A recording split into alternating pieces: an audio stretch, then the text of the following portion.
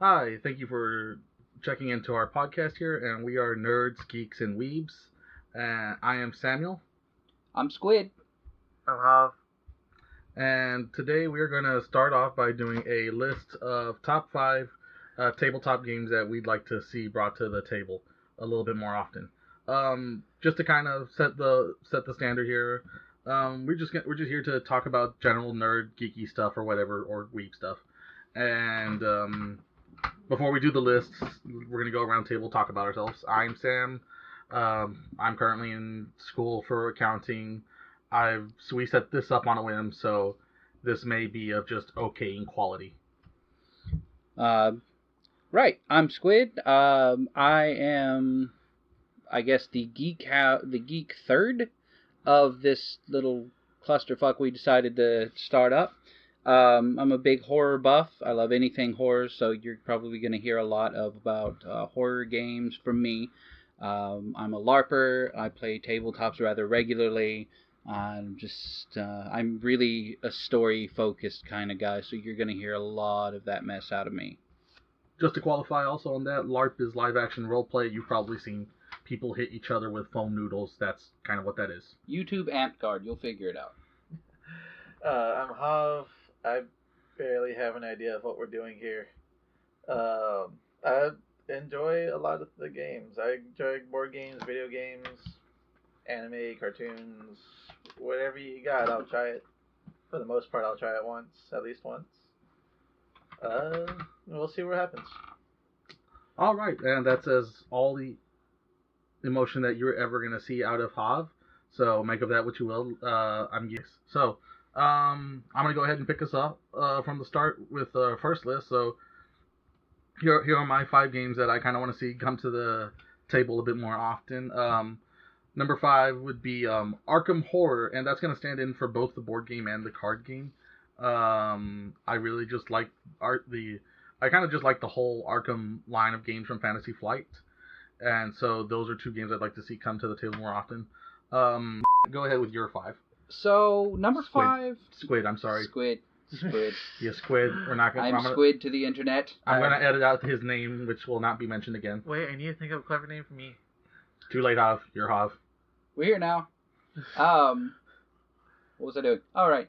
So my number 5 is something I'd really like to see brought, like, just to our table, just to kind of get it out there, because I've never heard of this before today, and that's Bloody Inn. You saw this. I saw this on a whim of a Google search. Basically, the premise is you own an inn, and you're trying to make money, like you and the players around the table.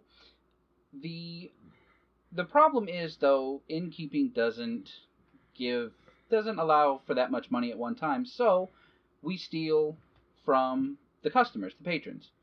Of course, not when they're awake. We kill them first. So when they're dead. Yes. Oh dear. We pick their pockets once they're dead. The whole premise is to kill your what would you call them? Patrons, customers? Customers. Guests. That's there the we word. go. You kill your guests, you take their stuff, and you dispose of the body before you get caught. It seems like a lot of fun. I'd really like to try it. The whole thing's about $23 to $40 if you go on Amazon. It's $23 off of certain specialty sites if you happen to find that. Who's that first serial killer in America? Oh, Because this sounds like this would be his board game. I can't think of his name. But you know who I'm talking about. Holmes. Something Holmes. He He was H.H. Holmes. Or there we something go. Like that. I remember that. We're gonna have to fact check that name. Okay, but I'm just remembering that Bates Motel was the thing, and this kind of sounds like that would have been what Bates Motel was about. And that's probably what it was not about. I never saw this show. Yeah, I'm pretty sure it was H.H. Holmes. I might be thinking something wrong. No, I'm almost certain we'll of that. We'll fact check that name and we'll do get called out on absolutely it. nothing with it. We'll get called out on it and correct it later. Because that's how the internet works. All right. What's the time limit between grave robbing and archaeology? I've actually heard of this, and it's like 100 years. Oh, yeah, I'm absolutely stealing that question from like Twitter or some shit, but I don't. I mean, that's actually fair. Yeah, I'd say it's about 100 years, give or take. 100, all right. Maybe 50, depending. Hav. Okay, so number 5 on top 5 reasons I hate our cat. Stop. No, Keeping the cat bit. Okay, he's gonna apparently leave with a cat bit. No, okay. So number 5, it's kind of a toss up between. I really like like we have a bunch of small little quick games like. So I'm generalizing like a concept or a theme or something into my 5 slot, and it's like the quick games, like the Trick Takers. Like we have Dark Tales. I want to try Fox in the Forest. Problem is, it's like 2 players. It's only 2 players, and I always feel like bad leaving someone out. And then there's there's another one. Smash Up's pretty quick. Sushi Go. Sushi Go is pretty quick. It's the it's not Old Maid. I don't know what the hell to call that game. But just these little quick trick taking games like you like Dark Tales. Because we should leave links to these like we'll see about in the doobly doo. Yeah. Well, I'll probably mention them because the problem is Dark Tales is about to go out of print. All the more reason to put links in the doobly doo. Yeah, and then we're just gonna inflate the market. Fuck it. The description's now just called the doobly doo. All right. So are we good? Thank you, Matthew Colville, for that word. Yay. Okay. So yeah, just real quick, like I mean quick, like as in quick turns. Like Dark Tales is you pick a card in your hand and you throw it down, and sometimes it like leads into a whole bunch of stuff, but it's like that's the whole turn is you pick a card and you throw it down and you do what the card says. So the fast-paced games. There you go. And And a game that can be played in less than 20 minutes, probably. something like that. Yeah. Like, of course, teaching a game's always going to take forever, but once everybody knows what they're doing, it's real quick and real fun. Because like a lot of games, I'm there just waiting for my turn. It's just like, okay, that's fine. So again, like this first episode is gonna get called out on for being a lot like Dice Tower, especially with its setup. But you would actually get along with Z because I think a lot of his games are basically fast-paced games. Anything that takes less than 20 minutes to play. Good for that guy. So I think like you should check out his library, and I think you might like some of those games. Right. I'm more like the big guy, and like Right. I like the bigger games. Oh yeah, but that's fine. But remember, this is my number 5 slot. It's Okay. just, so we'll see. We're just getting started. Fair enough. I'll see what comes out. Okay, What I so- can shake out of this tree later.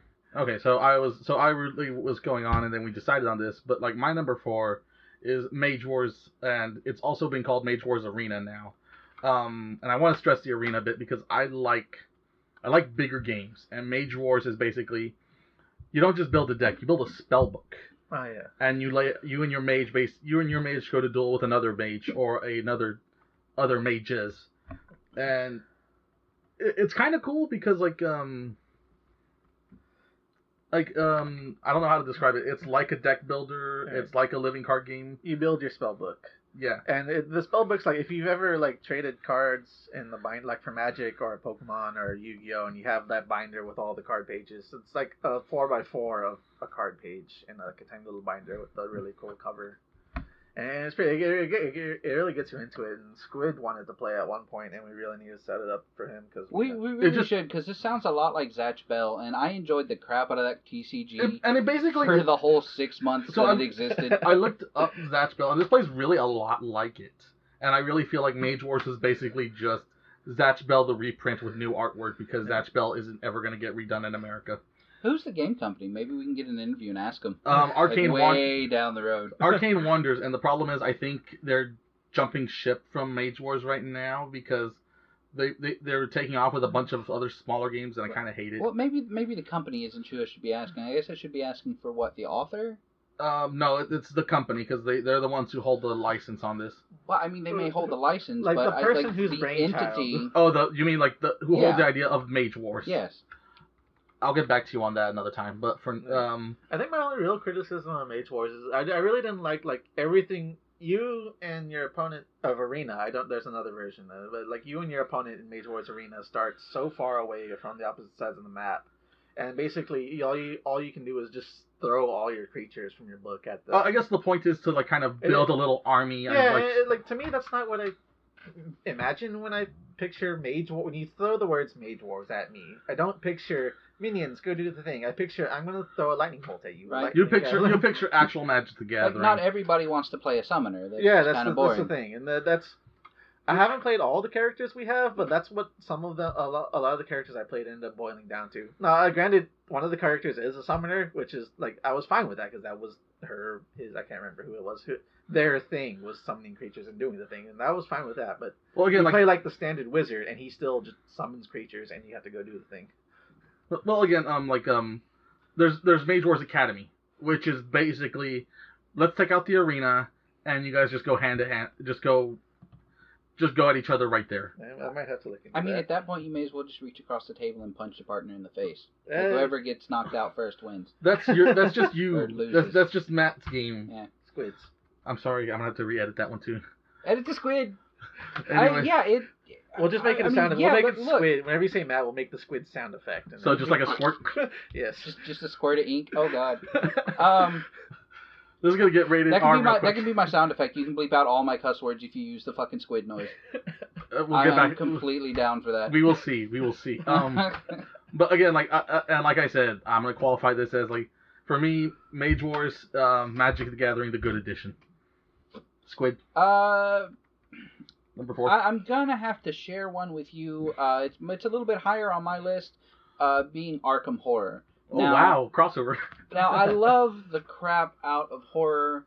Lovecraft for all his hilarious racism, and I don't think I can say hilarious racism. So let's back that up so we can edit that out, just in case. For all the things that Lovecraft was, paranoid, a racist, whatever, xenophobic, you can't tell me that he didn't leave a mark on the horror genre. Granted, it was several decades after the fact, I think, before Lovecraftian horror really kind of caught on. But I'm getting off topic here and turning it into a horror podcast. Arkham Horror for me it's an in-depth game. It's fun to play. It's very story-driven, and I need to find synonyms for story-driven. Narrative, probably. Thesaurus. Thesaurasian. No, that's not a word. Make it a word. Merriam-Webster, make that a word. No. Shit, we got off track. So I've only had the chance to play it a couple times, but I've really enjoyed it just because, again, it's very true to Lovecraftian horror. I think there's even a point. Correct me if I'm wrong. It's one of those cards where you like awaken the sleeping god, and just everybody loses. Okay, no, that's the Just like no, that's like if you play like counters or something. no. Okay, so like, because like the part of the setup of the game is picking an elder god that you're gonna eventually either scale away or fight. But one of the elder gods is called Azathoth, also known as the dreaming idiot or the idiot god, I think. And like all of them have special effects. Azathoth is special. If Azathoth awakens, you lose the game. That's it. There is no fighting him. That's just it. That is the end. And the idea behind that is because Azathoth is supposedly always sleeping because his dream is reality. So if he wakes up, reality just out of existence. Oh dear. But would you even know? Like honestly, if you think about it, would you even know if you blinked out of reality? Like you just stop existing, right? I mean, that's kind of like the ultimate horror right there. I guess. I mean, I suppose, like from an existential standpoint, like you're just like we're just talking mid sentence, and then it just kind of go. So we're gonna Sopranos this. Yeah, see, just fuck that. Yeah, that's it. Like life cuts out like the end of The Sopranos. Like somebody really should get on fixing that also. Oh dear. I know. I feel like The Sopranos has a cult following that might disembowel you for that, but we're gonna move on. No, actually, because like that's how dare fine. you talk shit about that movie? I'm not talking shit because I've actually kind of wanted to see it because it sounded interesting. You're gonna talk shit about it and you haven't even seen it. I'm not talking shit. Well, okay, everybody talks shit about it when it ended, and you know they talk shit about it when it ended. Fair enough. But like, I think the director or the producers have actually come out and stated how it is supposed to end because there's a lot of stuff given the circumstances of what's going on in the last bits of that last episode. Well, I think that's it for my number 4. What you got? My number 4, it is Twilight Imperium, going completely the opposite direction from what I said about quick turns. Oh, we've never. This game gives me so much fucking anxiety. We've never played and finished a game. We've never played and gotten more than like 3 or 4 turns into a game, but it looks so beautiful. There's a lot going on, and I kind of, at some point, we need to get like the full. I think it's like 6 people. 8 with an expansion. 8 with an expansion. And we need to. And I really want to get 6 people together, sit down, and play the fucking game. Wait, do we even know 6 people who are willing to sacrifice that much of their fucking day for a game? No, because then you got to teach them too. So hell. So that's at least 2 days you need to set aside. That's a whole fucking weekend. That's a day you need to teach yourself how to fucking play. You teach yourself, you teach someone else, teach 5 other people, and then play the game. And then play the game, and then the sun is finally set and come back up, and everybody's got lives. I legitimately want to play this game because I like sci-fi. I do. Mm-hmm. I never got invested into Star Trek or anything like that, but I've always liked Star Trek. Like, I watched Farscape growing up. I was really kind of in the more obscure end of sci-fi. And I really, really want to play this game, but goddamn, if the pieces don't freak me the fuck out. Again, it's the setup. The pieces, or the whole fucking thing, man. Oh yeah. We tried to do this the other day, and it was primarily because I had to go to work. Right. But the game was freaking me the fuck out. We had all these little bits and pieces that didn't do anything right now with these pieces that do something right now. No. I think I did. One of my favorite parts that we did get to is when you build the galaxy and everybody has to you just actually build the galaxy as this world. See, that is fun. That could be its own fucking individual game. Just tick. I win. 10-minute game. Yay. There are games like that, and I'll have to show you those sometime. Definitely. But it's really because I've also been on the sci-fi kind of kick lately. It's one of the reasons I started playing Horizon Zero Dawn again, because it's the closest kind of sci-fi thing. It's not sci-fi, I don't think. But you have Mass Effect. Shut up. Yeah, but I didn't like Mass Effect. Fair enough.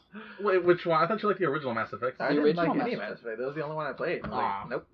I like all. They told me to play 2 or something because the gameplay changes a lot. And it's a massive change. Yeah. I just couldn't fucking be asked. I keep getting one flashbacks. I'm like, no, I can't stand this. I mean, it really is a huge difference between Mass Effect 1 and 2, at least as far as combat goes. But again, not a video game podcast. It can be. Well, I mean, we can get it there, but this episode is meant for tabletop. Focus. Focus is the enemy. But yeah, so Twilight Imperium, it has this legend around it basically that I want to see how much it holds up with of it being this giant fucking game, and I want it to be a giant fucking game. And I keep saying fucking, and I don't know if that's gonna fly. Well, we'll see. We'll see how editing goes. We may have to just say for 18 and up or something, or I'm gonna see what we can do. I mean, YouTube does have one of those settings, is this meant for kids? You just no, yes. Which, I don't know. Are we? I want to say we're going to be up there, but, we'll find out. Also, Hav, I'm looking at the audio track, and you may want to try to speak up a little bit. Oh, whatever. Yeah. Anyways, okay, so that's Hav's number. That was 4? I believe so. Okay, so my number 3 is going to be a bit different. So my number 3 is kind of a stand-in game for a bunch of other games. Doomtown Reloaded. Doomtown Reloaded stands in here for a bunch of living card games, and Fantasy Flight, I really wish you had not licensed that term. Trademarked. I went to PAX, cause when I was at PAX East, I played this guy. I don't remember what the game was called. It wasn't terribly great. Or at least what they told. It was a living card game. However, when I told them, oh hey, it's a living card game, and they said no, it can't be because that's Fantasy Flight took those words. I was like, God damn it.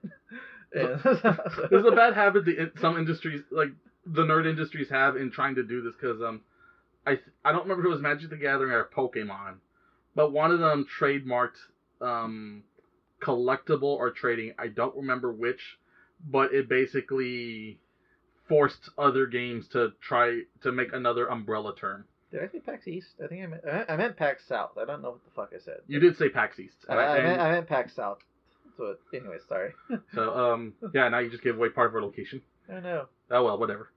He wouldn't have if you'd have shut your mouth. That too. Oh, you're the one who questioned it, so I just confirmed it. It doesn't matter. It doesn't matter if you live in the north. You have to fly over to the south. Fucking Alaska. I mean, I'm gonna put up a geographical map of where we live now. Why? PAX is a big fucking. Fucking deal. You're gonna dox yourself. Goddamn yourself. Bold move. Not gonna do that.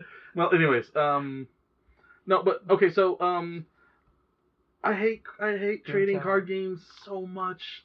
Even though I want to play Vanguard, I hate having to go out and hunt for cards. The ancient loot box. They are just loot boxes, but in the long ago. I think that's what Loot Crate was before it took off. They're loot boxes from the before times. Oh, okay, I see what you're getting at. Oh, yeah. Basically, they are the original loot box. I mean, I hate having to, like, do that. Even though I did it for a while. There was, like, a hot second I did get into Magic because artifacts were a thing, and I wanted to build a mecha deck, basically. And I could never get it to work. I tried it so many times, and it just would not work. And I find some cards that I was like, oh, that would go great in there. But they're 10 or 12, 15 bucks. And, like, I'm like, I will be in hell before I spend that kind of money on cards. On cards like that, just to make a deck work. Like at least the living card game system, expandable. There we go. That's the word they use. The expandable card game system. Everybody has access to the same pool of cards. It's not Loot Crates, it's DLC. Probably a better term for it. But anyways, like Doomtown is great. I like it, and like because they've gotten reprinted apparently since AEG dropped their license. I really want to see the new stuff. There's also the Versus 2-player card game system. If you've ever played the original Versus, it was a collectible game. It is now a expandable game. It has Aliens. It has Predator. It has a couple of other sets coming into it. Wait, like Predator, like the Predator? Like AVP Predator. Oh, wow. Why? I don't know. Like, no, yes, Javier, Jim Henson's To Catch a Predator. No. Chris Hansen. Jim Henson was the puppet guy. I get my Hensons confused. No, you don't, because it's not a Henson. Hansen. I'm pretty sure there's a D in there. I don't know. I'm sorry. I don't know if Chris Hansen's ever going to get to this, and Jim Henson's dead, so I don't think it really matters. All I'm saying is you're confusing a pedo hunter with the creator of Kermit. Yeah, you're mixing up a pedo hunter with Kermit the Frog, bro. Well, he's the one who couldn't get his predator straight. Whatever. Moving along. Okay, well, like I said, like Doomtown mostly because like I like the idea of the Weird West, and I like not enough people actually explore this idea of the Weird West. Like, is that kicked off of Dust City Outlaws? No, it is not. Actually, not Dust City Outlaws. No, that was on my list. Sorry, we're gonna move it along though. But what am I thinking of? What am I Deadlands. thinking of? That one. Yes, actually, this kicked off from the Deadlands RPG. Doomtown. Doomtown. I guess you could also say Doomtown kind of stands in for the Deadlands RPG, because again, like Weird West, I like that idea that it doesn't get played out enough. Yeah, I can get that. All right, so that's my number. What are we, 3? Yeah, we're at 3. Okay, so that's my 3. 3 for me is one I've only had the chance to play once way back, and I want to find it and do it again. It's called Machina Arcana. It's Arkham Horror's skin steampunk. It comes with a bunch of these little standees and dice and other various shit that, you know, as board games do. Say that again. What was that name? Machina Arcana. I'm looking this up really quick as he That sounds familiar. This. And anything with Arcana immediately rings bells in my head. Yeah. Of fucking anime. I mean, just about anything on that shelf. But basically, it's a 1 to 4. My brain short-circuited there. It's a 1 to 4 player co-op, and my brain hung up on how it's a 1-player co-op. But is it like a dungeon crawl of some sort? I believe so. It's. I'm gonna show you. I'm gonna show you the title image here. Okay, show me the thing. And you tell me. Yeah, that's it. Yeah. Okay. So this is one of those Kickstarter successes. Yeah. Oh wow. It was a really fun game. I only had the opportunity to play it once. I'd really like to do it again. Don't ask me really to tell you anything about it. Basically, Cthulhu and steampunk technology. And I really just like that aesthetic. I don't really have enough of a memory to say whether or not it's a narrative focused game or if it's just a game that you play. I remember the name, I remember what the board looks like, and I remember having a lot of fun with it. And I'd like to try it again just to make sure that it holds up. We must defeat Cthulhu with boiled water.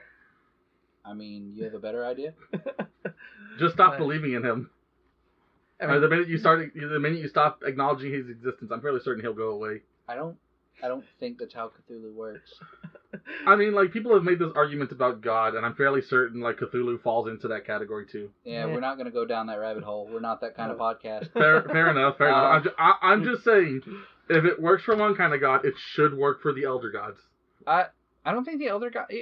Again, not that kind of podcast. We're getting sidetracked here.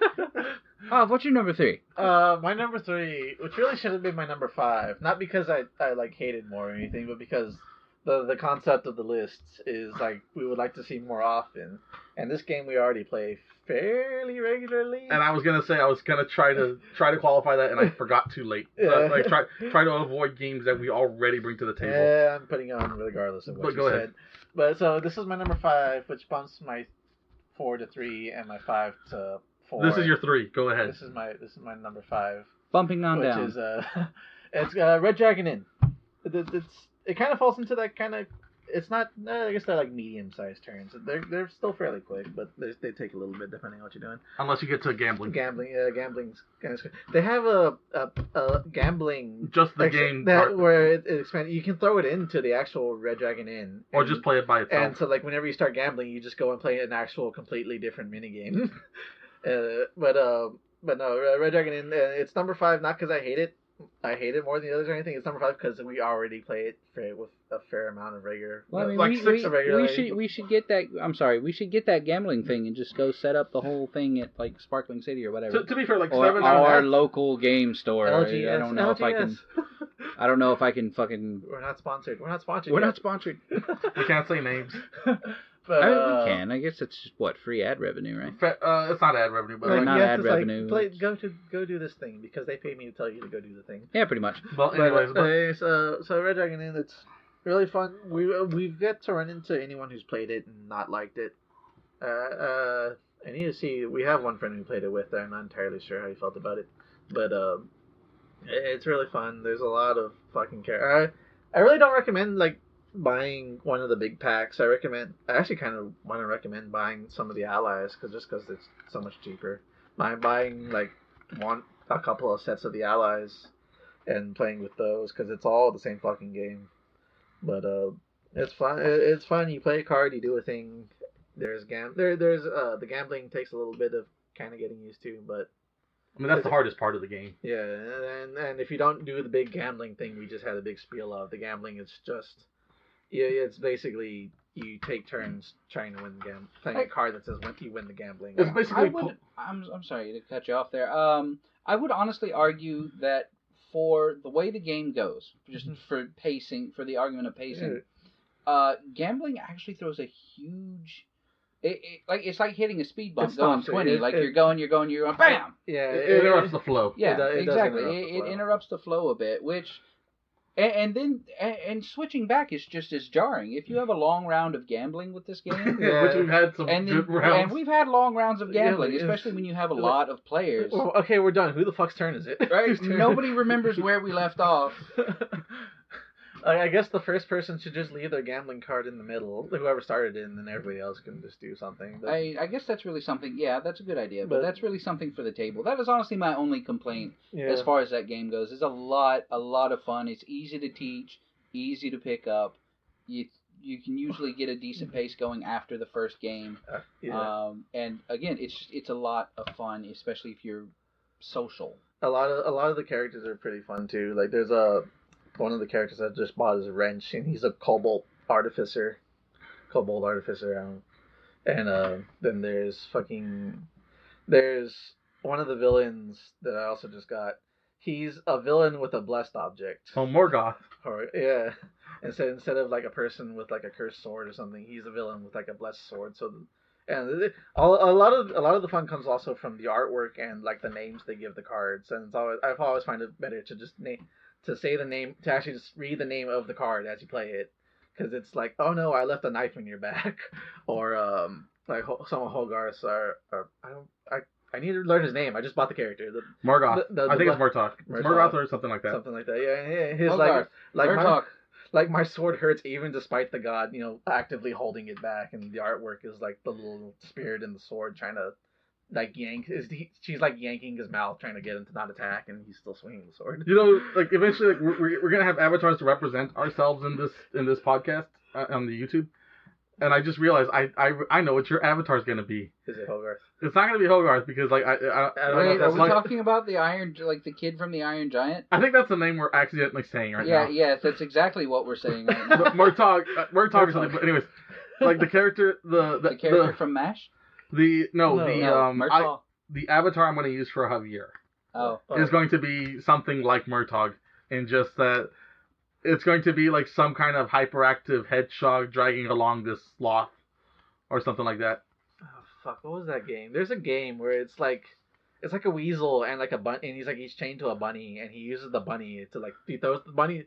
The bunny is somehow made indestructible, so he just uses the bunny as a fucking bludgeoning weapon, and he'll like throw it into batteries or something. Wait, is this a video game? Yes, this is an old video game, and I'm off topic again, but I don't care. Well, no, but like the point is like that's what Hav's avatar is going to be.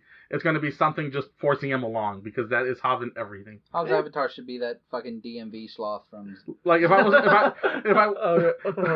wasn't afraid of Disney suing us, or if I wasn't afraid of Slugfest getting on us, he would be Murtaugh, or he would be that sloth. But like again, Dash. That's right, 100-yard dash. Yeah, and then they catch him in the freaking Mustang or whatever that car is. We can't fight Disney. We're just three nerds at a table. That's fine. Hail the Disney Empire, because Disney. I'm gonna take over the world and blow up Disney. You leave Disney alone. No. I think it's a terroristic threat. Like, I don't know. Come at me. Javier, if Disney soldiers march in tomorrow, I am not defending you. I want you to know that. So, viciously off topic here, but what do Disney soldiers look like? Like, do they look like Nazis with little Mickey Mouse hats? Or like, are we talking like full garb? Like, are we colored like Mickey Mouse? Like, do we have the big ass boots and just like the ears have to be somewhere? They don't have shirts. It's just those little red shorts and like giant yellow boots and gloves. See. Oh my god. I want to agree with you, but at the same time, we're talking like it's just like the image in my head is kind of translating to some kind of Magic Mike scenario, but Disney themed. Oh, that's just disgusting right there. Well, I mean, you're all for a Disney monopoly. Yeah, but you said Magic Mike, and there's like yeah, exactly. But I mean, honestly, think about it. You know, they have Marvel, they pick up DC, they've already bought, which I hope that rumor is true. They pick up Marvel. They might pick up DC. What do you think they're going to go from DC? As soon as DC gets picked up, they're going to go to strip clubs. First off, Disney licensed strip clubs. So again, that's a rumor. A rumor I hope is true. Hold up. Not the strip club. The DC. There we go. Context. Okay, so, but anyways, I hope that's true. Daisy will never be the same. Just because, like, you know, I'd like to see somebody bring DC into control. You know, because they're just out of control. Until you open your mouth, if you had said Disney soldiers, I just picture like the card soldiers from Alice in Wonderland. It's like a robotic card soldier just kind of poking you with a little heart-shaped spear or something. So again, this is kind of just a preview of what's going to go, of how these are going to go on. Mickey Mouse on the end of a stick. All right. Oh, get in the shower. All right. So that was you. That was so we're flashing back. My number 3, which is my number 5, which fucks up the entire order of my list. It's your number 3. Red Dragon Inn. It's your number 3. It's my number 5. So okay, you count however you want to, buddy. So we're counting on to number 2, right? Yes. So my number 2 is I've talked to Squid here about this because he knows I don't like the horror genre, but like Arkham Horror was my number 5, and my number 2 is Betrayal at House on the Hill, and so I've heard apparently a lot, and I look back at the game, it's like, okay, yeah, there are a lot of problems with the game. There are a lot of mechanical problems, and a couple of balancing problems with characters.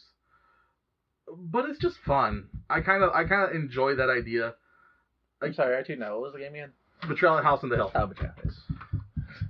Damn it, Hav, we're doing a podcast and you're tuning out. Don't space out. Like you were talking. It's a response.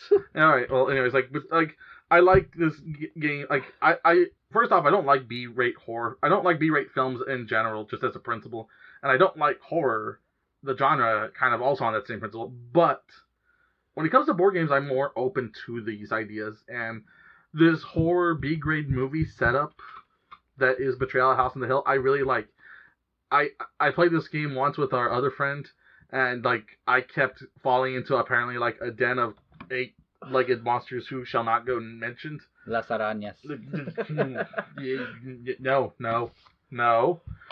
Anyways, and like he would laugh at that every time I failed to get out, and it inevitably, I somehow still ended up being the traitor. And Matt, you may want to check that Oh no, it's fine. It'll Okay, keep it's just- recording if the thing goes I out. was concerned, but anyways, I kept even though I didn't do anything, I kept getting stun locked by those creatures and a card or something like that, and I still ended up being the traitor. And I almost won, and then I lost, and I forget how that happened. But basically, it's like it basically leads into that problem of there's a lot of balancing issues with some of the haunts, with some of the characters and some of the abilities, some of the items. I guess functionally, there's a lot of problems with this game that I hope to God they do a third edition of this someday. Because Fucking there's a second edition? yeah, actually the edition we played is the second edition. Oh shit. Yeah, the first edition's got like this ugly red looking thing. It's got like this Wolfman thing. It looks like something out of the 80s. That might be the gimmick. Probably. Again, like you're right. Again, a B grade horror film. Yeah, House on the Hill. Come on. It's campy. But again, I really liked it. I mean, like, I got into it the same way I'm sure 90% of the people who are into the game got into it, and that was watching the YouTube channel. The YouTube, I don't know what they're even called anymore, but like that old series, Tabletop, with Will Wheaton, got a bunch of friends together, and they just played board games. I don't even know what that is. Because like it was only 3 seasons, and this was a long time ago. Like it rings a bell. I want to say it was on like Sci-Fi shortly Geek after. and Sundry. Yeah, that's it. It was the YouTube channel Geek and Sundry, which is where he was at for a while. And I heard rumors later apparently that something happened with the people who bought Geek and Sundry, and he didn't like the direction they were going, and that's why they didn't do a season 5. It's either season 5 or 4. I don't remember which one they stopped at. Yes, despite Big Bang Theory, Will Wheaton's actually a pretty cool dude, apparently. And I don't know why people hate on him. I kind of like Will Wheaton, even though he keeps getting cast in shows as a bad guy. I don't know why. Hey, we've seen several shows. Av and I have seen several shows, and he's always this kind of horrible person. Everybody loves a good bad guy, and if you happen to pull off the bad guy role, you just happen to pull it off. Maybe, I know. I was just like this. Maybe it's because like I shouldn't be a dick in real life, so I'll be a dick in like a fucking movie or something. I'd like to see Will Wheaton, because like I think even Star Trek nerds give him a lot of shit for his character in Next Generation. I forget his name already. But he's the Doctor's son. Yeah, see, no one cares. And nobody, like, very few people like him. I liked him, and like I can go into a whole spiel about his character in Star Trek, but I think it's a lot. He brings a certain humanity to the show that was lacking in other respects, but that's not for an episode here right now. That's for another time. But like I said, like horror, not my usual genre, but like for tabletops, I make a little exception. And for me, Betrayal at House on the Hill, I'd like to see it come to the table more often. I kind of want to try a Betrayal at Baldur's Gate or Betrayal Legacy but I'll save that for later, and you'll see. You'll see what I mean. Also, like the expansion, I forget, Widow's Peak. I feel like we could do with one more Betrayal expansion. Like, just some kind of mechanical fix set or something. If, like, somebody out there could just say, hey, how can we balance this? Oh, let's do this and that, and release an expansion. Hey, I'll pay $10 for that. Yeah, I can get that. Alright, so that's my number 2, Betrayal at House on the Hill. You know what? I think I would like that game a lot more, because I don't terribly like looking on the experiences I had, they were okay. And, I think I could do with, like, if they cut down the number of haunts they had, and I'm only talking about the base game, I don't know Widow's Peak and all that. If they cut down the number of the haunts they had and just kind of fiddled with them a little bit more to make them a bit more meaty. Like it's horror, so it's not technically supposed to be fair, I guess. But if they just made it a bit more fair, because it's also player versus player. Well, I think there's a difference between what's fair and what's balanced in the game. Well, so when we're done with this, we'll discuss some stuff, because like there's some stuff I'd like to discuss with Javier here, because he has a big thing about why he doesn't like Arkham Horror, and like it probably falls into Betrayal and to the next game I'm gonna mention here in a bit. So we'll cycle back, because like we're doing the list right now. And it's actually taking longer than I thought it was going to take. Actually, this is good. Most podcasts are like fucking 3-4 hours. So we're just I would love if we get to an hour and a half, I'd be happy and ecstatic. Well, that shouldn't be too much of a problem. But okay, Squid, go right ahead. You're number 2. Number 2 is actually just it's something again I don't think a lot of people know about, and I'd love to see played with our general group of friends. It's a game called Nychtophobia. Oh, not arachnophobia. You I know, fucking but weirdo. I know, but I've seen the game on Board Game Geek. I have no idea what you're talking about. And it's mostly just the art style at that point. So, Nychtophobia is a game. It's a 1 versus many game. Basically, one player is the big bad creature in the dark woods. Right. The other players are trying to get away from the creature, trying to get to the car or survive until the police get there. Okay. The trick is, and what makes this really unique, and I would arguably entertaining, I would arguably say entertaining in a sadistic kind of way, is that the other players, aside from the one playing the creature, are wearing blackout glasses. So they actually have to feel their way around the board and not die. No. Because this is the whole premise, right? You're trying to get away from the creature in a pitch black in a black forest. So like they have to take their hands and like feel around. Yeah, the board? they actually have to feel the board. Okay, so they're not like VR trying to navigate a room. No. This is a board game. They're sitting down at the table and they just move their hands. Yes. On the board. I'm pulling up the image here so you can get the idea of what this is. It looks like so much fun. Oh wow, yeah, that's pretty cool. Wait, what's the point? I guess the cards are for the player that can actually see. I guess. It looks like so much fun, and honestly, and again, this is probably just my sadistic side coming out a little bit. Yes, but it looks entertaining. Like just in general, not just for the players, but for like the people. Some of the players would bring with them and don't really want to play their games, like significant others or anything, would still get a huge kick out of like watching this game played. Mm-hmm. And I mean, ultimately, I think this is something that really speaks to the spirit of games. It's fun not just to participate in, but it's entertaining to watch. Mm-hmm. And I think we should get it. I really do. I think we should get it specifically for this table. I'd be willing to give it a shot. This goes back to my horror feeling again. Like there's like again like I'm not a big on the horror genre, and I'm more open to it at the tabletop scenario, and I'd probably give it a shot. I myself am not going to kick in for it, if only because I don't hold this game in high esteem. If somebody gets it, if you guys get it and you bring it to the table, I'll be like, oh, okay, fine, just walk me through it and let's see where it goes, and I'll play it. Am I going to be involved in the acquisition of it? Probably not. See, that's what I was talking about earlier. You know, you find something you like, you want to play, but you don't want to put your own money out for it. See what I'm saying? But, again, there's a difference though, like, cause like it's like the intention to play. Like with this game, it's like I have no desire to play it.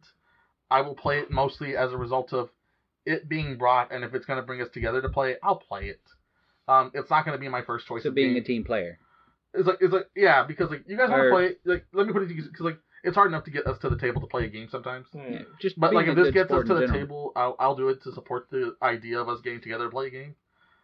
But like if I had my choice of games, this is I can guarantee this is not going to be in the top 20 of games I would put on the table. I can't argue with you there.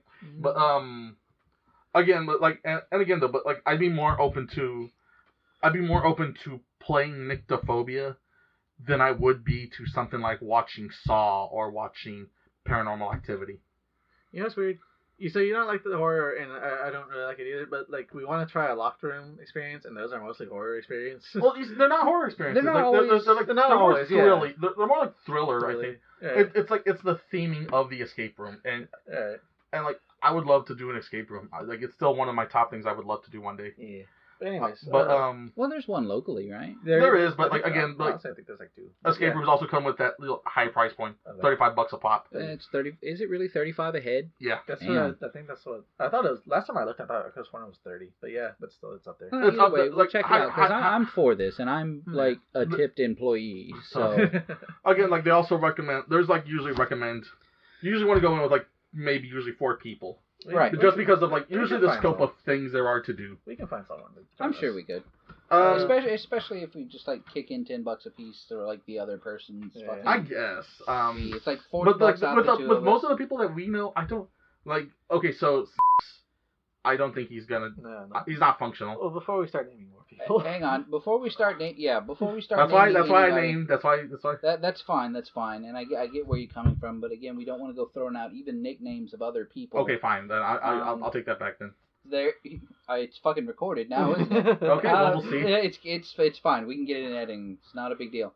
I disagree. I actually think that person would be down for it, just for the fact of he doesn't do anything otherwise. Get him out of the house. Yeah, it'd get him out. Like I swear to God, I could text him right now and go, "Hey, let's do this." I might get a why. To which I would respond, "What are you doing otherwise?" And he'd be here in 30 minutes. Yeah. Like, I'll pay for dinner, I'll pay for lunch, I'll pay for the ticket, I'll pay for whatever, and he'll be here in 20 minutes. It's the same way, as long as he's feeling up to it, and I did it. We're gonna have to find a filler name for some of these other things. Yeah. We'll find something.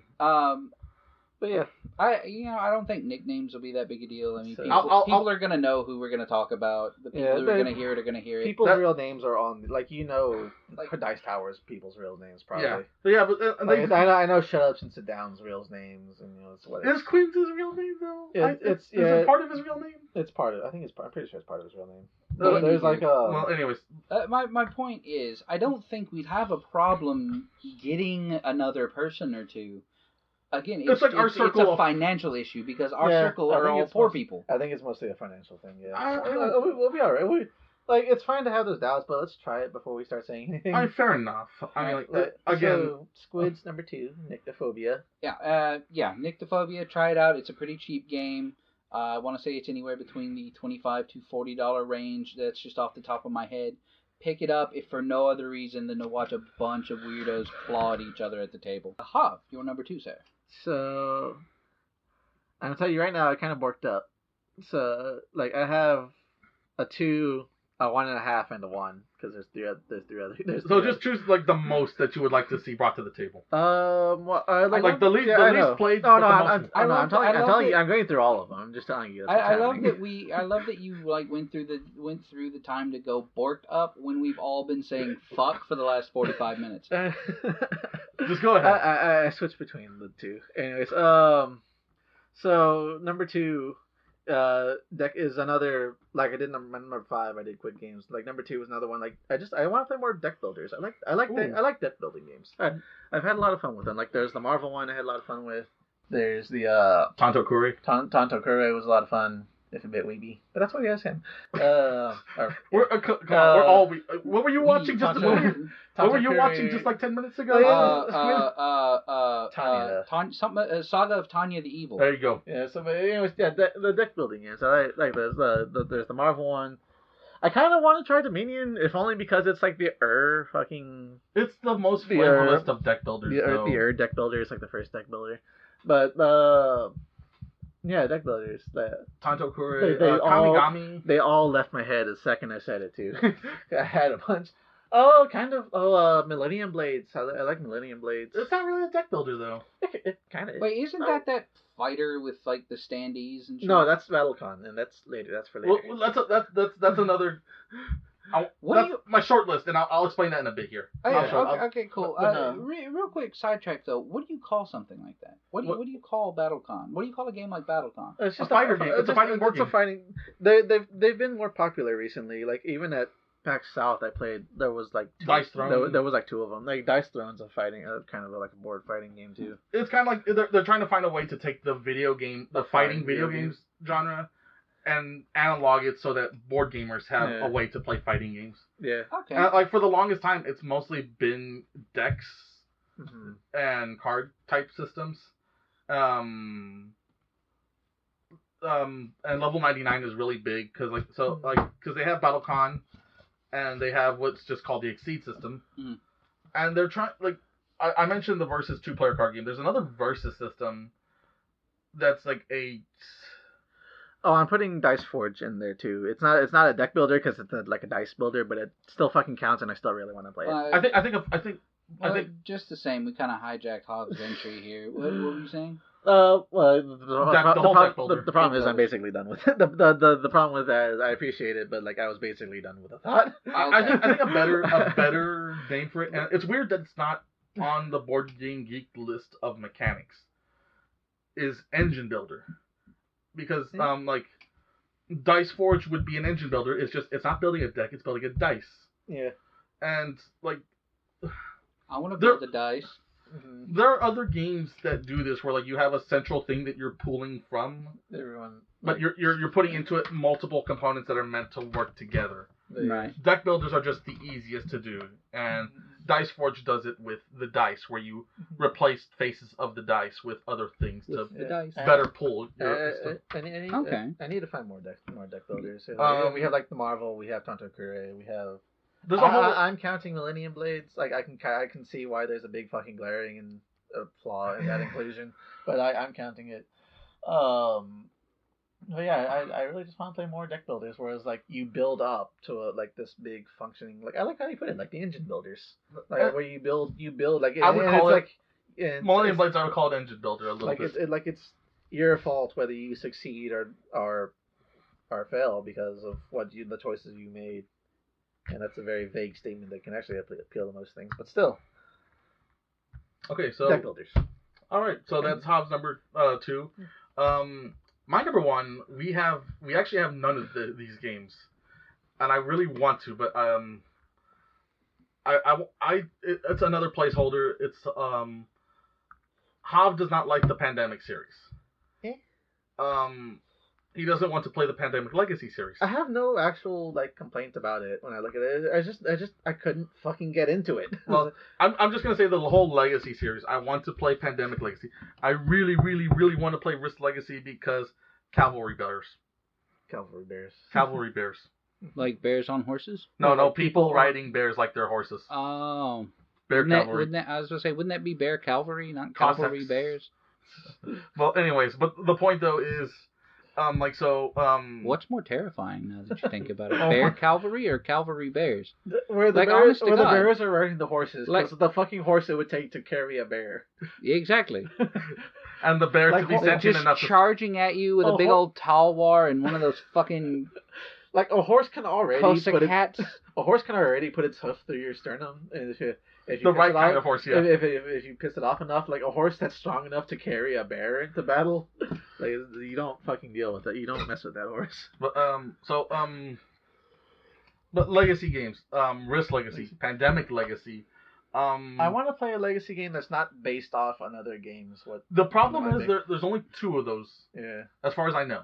How is that a thing? How's what a thing? How do you have a legacy on something that doesn't have a legacy? How do you have a legacy game of something that doesn't already have a legacy? Because legacy is not based. The word legacy in that context is not based off a pre-existing legacy. It's built on the definition that you build a legacy as you play it. Okay. A legacy game is a game that is ever changing. You play it once, something will happen that changes the mechanic of that game going forward, and it will continually change as you play more of it. Yeah, and in that context, when legacy is used as a subtitle, again, like you are building the legacy. You are not, seeing the results of a legacy. Gotcha. Okay. Like right now, they're mostly attached to popular titles right now, but there are, as far as I know, there are.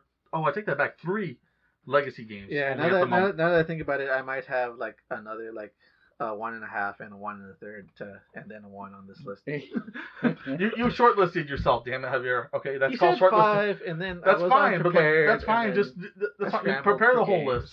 That's fine. Prepare the whole list. Just pick the top 5. Honestly, this is probably going to be a theme throughout this whole experience. Podcast experience. Okay, you know what? That's fine. I'm fine with that. If it gets us talking, if it gets a podcast out there, I'm happy.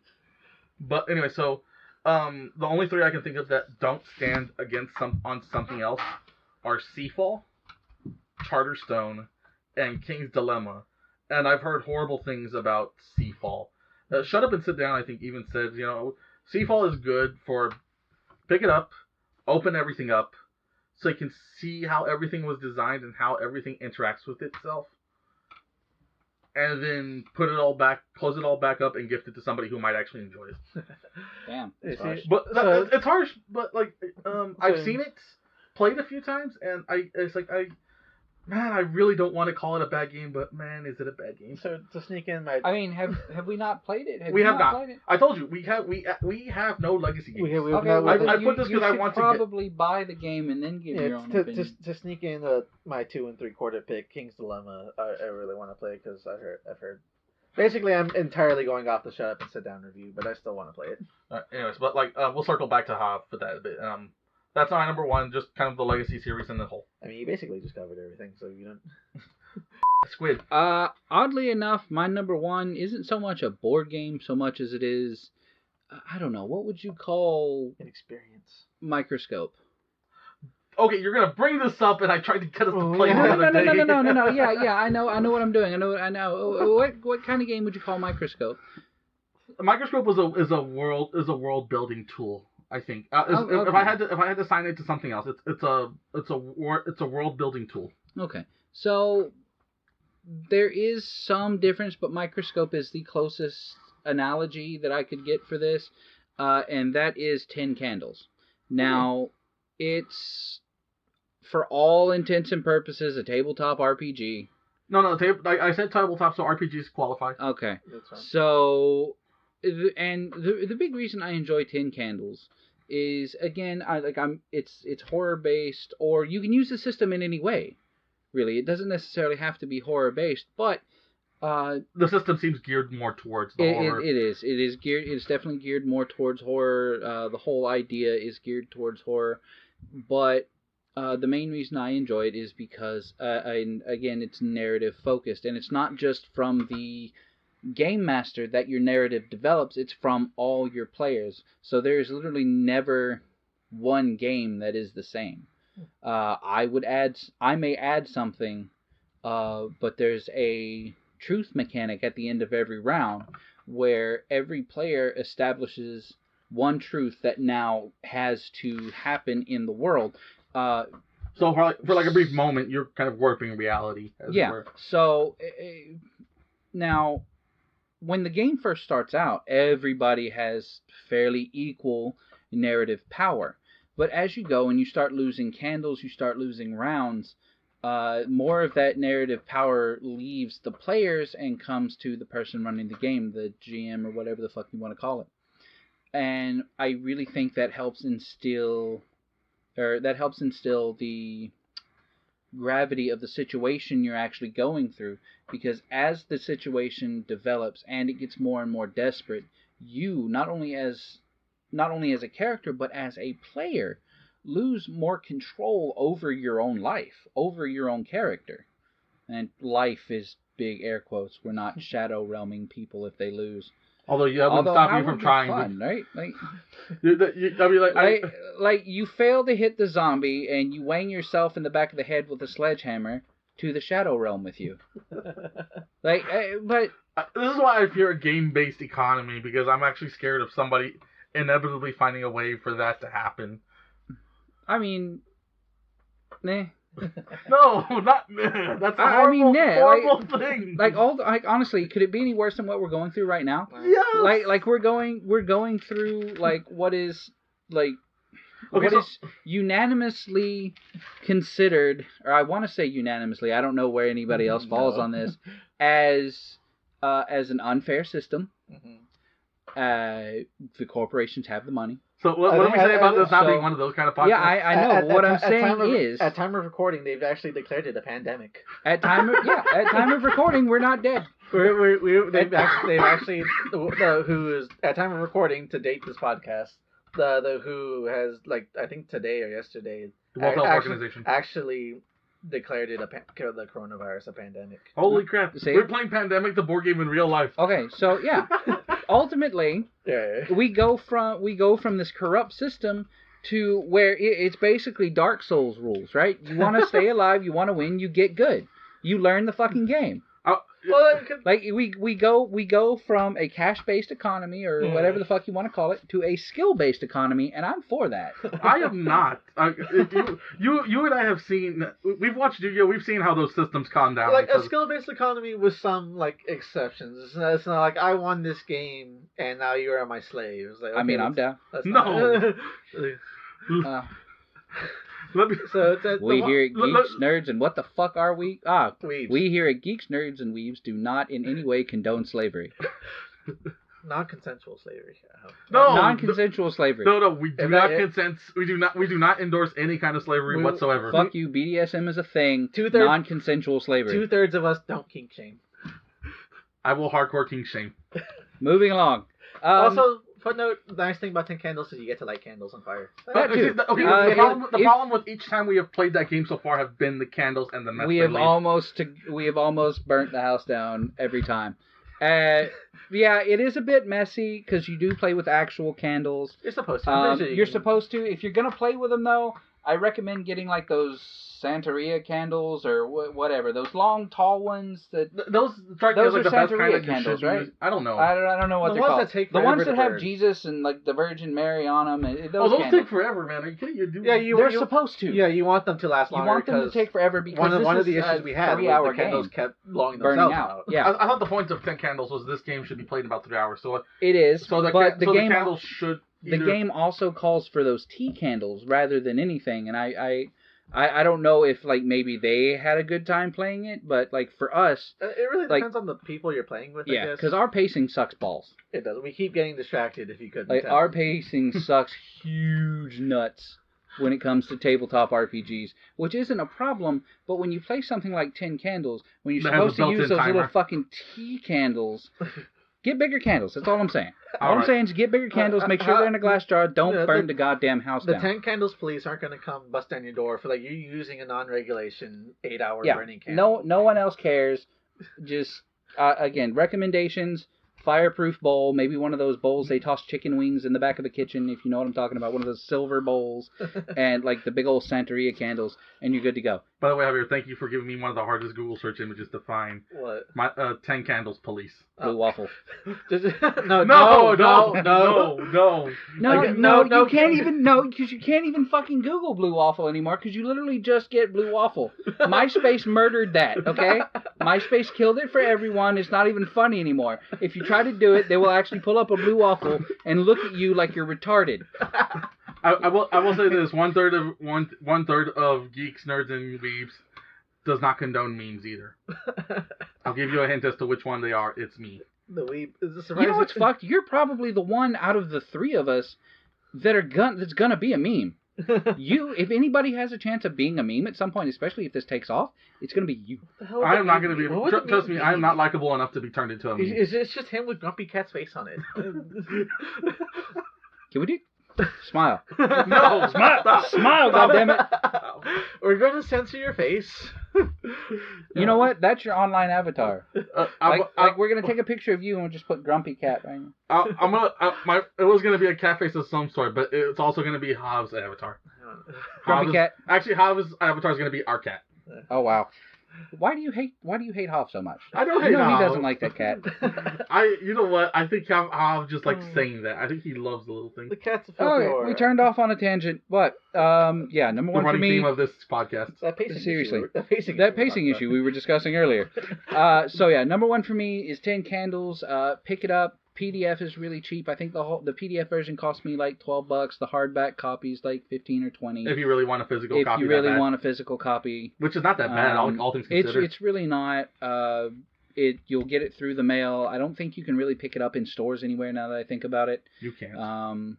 So pick it up. It's really easy. It's really easy to set up. It's quick to start. There's no character sheet. Everything's done off index cards and literally 10 candles in a fireproof bowl. Mm-hmm. Get it. Enjoy it. It's worth it. Neat. Sam, what was your number one? My number one was the Legacy series. Legacy. Okay, no. Because I'll just say I think all three of our top ones ended up being RPGs, but I'm only on 1.5 right now. So my 1.5 is what was it? There we go. BattleCon. Ooh. I guess the whole thing is called BattleCon. It has like 3 different names, like War of Endines, and I have no idea. It's just different sets. I have no idea how to pronounce it. It's called the World of Endines. Is it Endines? I think it's Endines. I think I've heard it. I think I've heard it like, once from one of the Double 99 podcasts. Like, what if it's just World of Endins? Like honestly, what if we're just lazy? Like ENDIN. I vividly remember reading fucking apostrophe. I vividly remember reading the book, and it's specifically giving you the little dictionary pronunciation guide of it, and I just like nope and read the books. And I love the game. It's a real fun game. I have fun with it. And this is a great game. It's a fight we were talking about earlier, and it's a fighting game. It's you and one other person, and there's like a multiplayer variant. Which is really difficult to execute. Like it's you and one person, and you have one of the things I like about it is like so you have both you and your opponent have these things called bases, and it's the base. It's like punch or dodge roll or throw or something, and like both you and your opponent have the same. Well, I guess you don't really have to have the same base. One person can be playing with like the alpha set of bases, and the other person can be like the beta set of bases. In theory, like, depending on what you do. All right, so go on. But so like you have these bases, and then you also have like your special. You pick your character, like the character select in the fighting game, and you pick whatever character you want to be, and they'll have their own set of. I forget what they're called, but basically they're modifier cards to the bases, and their characters' flavors. It's how they throw a punch, or how they do the dodge roll, or how they throw their opponent, or how they shoot the fireball. Uh-huh. And I kind of really like that. And what else was I going to get about? That little bit of imperfection of like you kind of know your opponent's bases, and you're supposed to give them a card that guides you to what they have. Yeah, they have every character set has a little give this to your opponent card, and it tells you their styles. They're styles. They're called style the cards. problem is there's a handful of cards that don't have that because some of their mechanics work differently. Like, I forget which one. In Devastation, there's a robot. And you essentially have to build the other robot. I remember that. I wanted to try playing him at one point, but I just completely forgot the game existed for a while. So, but you have to build the entire character. I think I've only ever played this game like once. I've shown it to you. We played 2 rounds of it. We played a couple rounds, and I have this, and I know you're probably gonna pitch a bitch about this, but this is the only suggestion I really have for the game. Ultimately, it's a great game overall. But something I would personally like to see is I'd like to have a fighter added to it. And I'd like that fighter to be Sandy Cheeks. No. Yeah. No. I would like Sandy Cheeks to be added to BattleCon. I'll tell you what. That is my level 99 only critique on that game. Level 99, if you're listening, if we've ever become big, please send us a promo of Sandy Cheeks. Oh, God. We will love you very much for a long time. Which is probably never going to happen. I pray to God it never happens. That the podcast doesn't succeed? No, that we don't get a Sandy Cheeks promo. I was going to say, you're just kind of shooting yourself in the foot there, bud. I don't care for SpongeBob. You know how I feel about SpongeBob. You know how I feel about the meme culture in general. And so it's a fighting game. I told you I'd lose. Like you discard your little pair in a sequence. So like those 2 cards you use, you can't use them for like another 2 turns, and your opponent kind of has an idea of what's in your hand in that whole Magic the Gathering, every other card game, the imperfect game where you kind of know what's going on, but you don't really know what's going on. What else is there about it? I like the finishes. I like the finishes a lot. Oh yeah. One of my favorite games that me and my brother had, where we both played our finishes basically, and I won because I had like 1 more priority or something. It's basically the speed of which the attack executes, because whoever has the higher priority, their move executes first. Right, and we both did our finishes. So like in my mind, this whole big fucking anime scene played out, and I barely won. You know, because like I had that same image play when we were playing Dice Throne that one time. And you were the gunner, I was the samurai, and like it came down to that pretty much that last move. All right. And like that last I might have another. I might just turn this whole, instead of just BattleCon, just these fighting games in general, because the fighting board games. Because BattleCon Dice, I had a lot of fun with Dice Throne. I played Exceed. You might like Exceed if you ever get a chance to look that up. They gave me a promo deck, and then I never fought anyone with the promo deck because I think I have like a Ryu from Street Fighter. Like level 9, it's sad with level 99 because I love their games. I really do. Like, Millennium Blades is fun. I love the BattleCon series. I want to get Argent the Consortium, and I want to try this new game they came out with called Imperial Spells and Steam, because I get the feeling like all their games are set in the same world, with the exception of Millennium Blades. And I would just love it if they just release an RPG already, damn it, because several years ago, apparently somebody made that comment on Board Game Geek or RPG Geek, and I think the designer actually said something there. Oh no. And so some people got excited, and I really dead silence from there on. Pretty much. No, another word has never been heard from since. Oh dear. And Level 99, if you're listening, please release that RPG already, because I really want to play that RPG. Yeah. So that was amongst the list of other RPGs which we have not gotten to play. So fighting games, BattleCon being like the most immediate on the list, being my number 1.5. My number 1 actually being RPGs. Like I want to play, like maybe later on I'll talk about it more. Dust City Outlaws.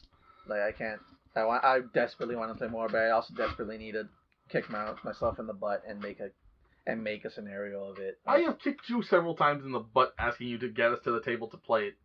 Because like the scenarios are written out for you. He won't let me touch his butt. But yeah, I want to play more Dust City Outlaws. If you don't know, is your Victorian Ocean's 11 with steampunk. I really no, it's not steampunk. When I look at it, it's really not steampunk. It looks like steampunk. It's not. It's just Victorian.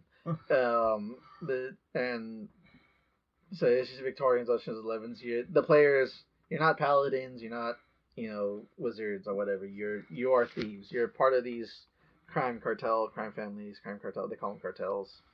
And you have to go steal a thing, assassinate a dude, do some form of crime thing. And it's also one of the things like is super easy to pick up. They described it as they wanted a game, and I think they succeeded, where you can just pull it off the shelf and because you build your character, you pick 2 cards basically, and so you just pull it off the game, you pull it off the shelf. Everybody picks these 2 cards, and away you go. You pick a cartel and a job. Specialty, yeah. I remember playing this. It was a lot of fun. I want to say our first session actually ended up with all of us being murdered with our own axes by an old lady we tried to hold up. Yeah. No, okay, it was because like a certain other player decided he wanted to be the Edgelord Supreme, because of course that's what he always does. Murder hobos. And he wanted to just kill someone, and that just triggered a mudslide of horrible things. Like the big boss of the whole scenario. Basically, he tried to stab, and so she decided, I'm not having any of this. Off with all of your heads. Yeah, she murdered us with our own weapons. It was great. It's fun. You know what? Like on my short list, I had a bunch of other things that could have been on my top 5, and RPGs was actually at number 6. I'm just shoving them in my top 5. Looks like 1 point. Here's 1.15. Here's the bonus. That's what the short list is for. And then screw you and your short lists. Oh my god. Whatever. Right. Anyway. I think that covers everybody now. All right. So the idea was like we would use this as springboard onto other things about said tabletops. Like one of the things I keep hearing Javier, because I asked him for the last few days the same question over and over. What do you not like about Arkham Horror? And he always brings to mind. He always says it just feels like the game is against you. Right. And for me, I guess I like to clarify a little bit. That's the way I can word it. To get into more details, this is the example I gave him. Zombicide has this stupid ass rule where if you're in a room and you're gonna shoot a zombie, you have to shoot any players first. And that's why? Yeah, exactly. Why? Sense. There is a system if in this fucking culture of nerds and games and anime and whatever bullshit, there is an amount of suspension of disbelief. I'm not going to shoot my friend who was on the ground when there's a giant fucking brute zombie, near the ceiling that I can pop. Yeah. I don't know what the worry was in that particular. I haven't played Zombicide, so I wouldn't. And I would not recommend that game. I would recommend house ruling it because I still think that game has the potential to be a lot of fun. Do we have it? We do. We have Zombicide somewhere. I could not be asked to find it when I was trying to pull up our shelf. It's down there, the bottom corner, tucked away in this corner because you don't want it to be pulled out. But anyways, and then another of my qualms. Just tucked into a corner like a step sibling. So, I understand horror is supposed to induce these certain emotions out of you. You're supposed to, in fear or maybe sadness or maybe some other, we'll say, negative emotions. But,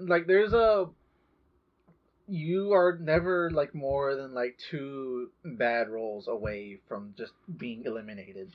And player elimination is one of my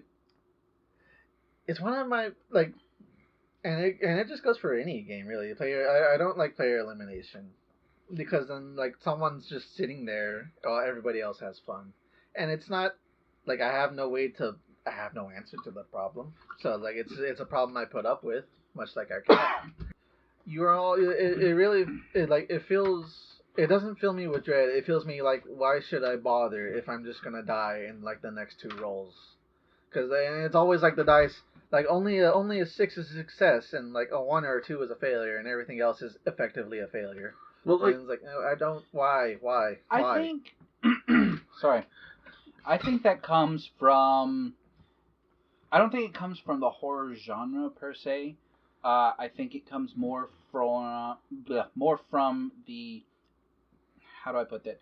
I feel like that comes from more of the subgenre of horror, because a lot of board games, and we have a few of them, are Lovecraftian based. Right. Let's just take Arkham Horror to begin with, and I completely agree with you. You're never more than 2 rolls away from being eliminated out of a fucking hour and a half long game. Before we go on, let's just clarify something, because like we're talking about Arkham Horror here. Yes. And we're talking about the board game Arkham Horror, and there's another problem with that. Is that we're talking about Arkham Horror 2nd Edition, because I have not looked at 3rd Edition, because it could very well be that 3rd Edition may have actually fixed some of these problems. Okay. Right, but we're talking about the mechanics in general. We're using Arkham Horror as a vehicle to talk about the Arkham mechanics. Horror. This is also Arkham Horror 2nd Edition, and Arkham Horror. If you haven't seen it, Arkham Horror 3rd Edition is a much different game. We're not talking about. I know. No. He's specifying which version of the game we're talking about. So that way there's some context for what rules we're talking about in the event that someone goes off and looks at it and says like, what the hell problem was he talking about? Yeah. Right. So like in Arkham Horror 2nd Edition. So let me finish. He's good. Let me finish. Just to clarify, in Arkham Horror 2nd Edition, most of your rolls with the 6-sided dice, 5s and 6s start off as being the only ways to generate success. If you get blessed, then 4s also generate successes. But you can get cursed and only 6s will be successes. So I don't know how 3rd Edition handles it, but just so anybody who's listening, if you have a frame of reference from 3rd Edition, that's how 2nd Edition is. And I have all of 2nd Edition, and it's my lovely baby up there because it's out of print right now, and I like it. Okay. So with all that in mind, I don't know if you guys are familiar with any of Lovecraft's work. Like you said, you both obviously don't care about horror all that much. I know the idea. I pick up YouTube videos like the sarcastic productions. I like their stuff. Mountains of Madness. There are certain things though, like certain YouTube videos can't quite cover. Right. But you do get the general idea, and I honestly, as far as the idea of Lovecraftian horror goes, I think my brain stopped. Arkham Horror. That one. I think Arkham Horror really hits the nail on the head as far as that goes, because it's like you said, 5 and 6 are the only way to generate success. So that's what you got, like a 2/3 of a chance, 1/3. So you have 1/3 of a chance of something succeeding. Right. Okay, cool.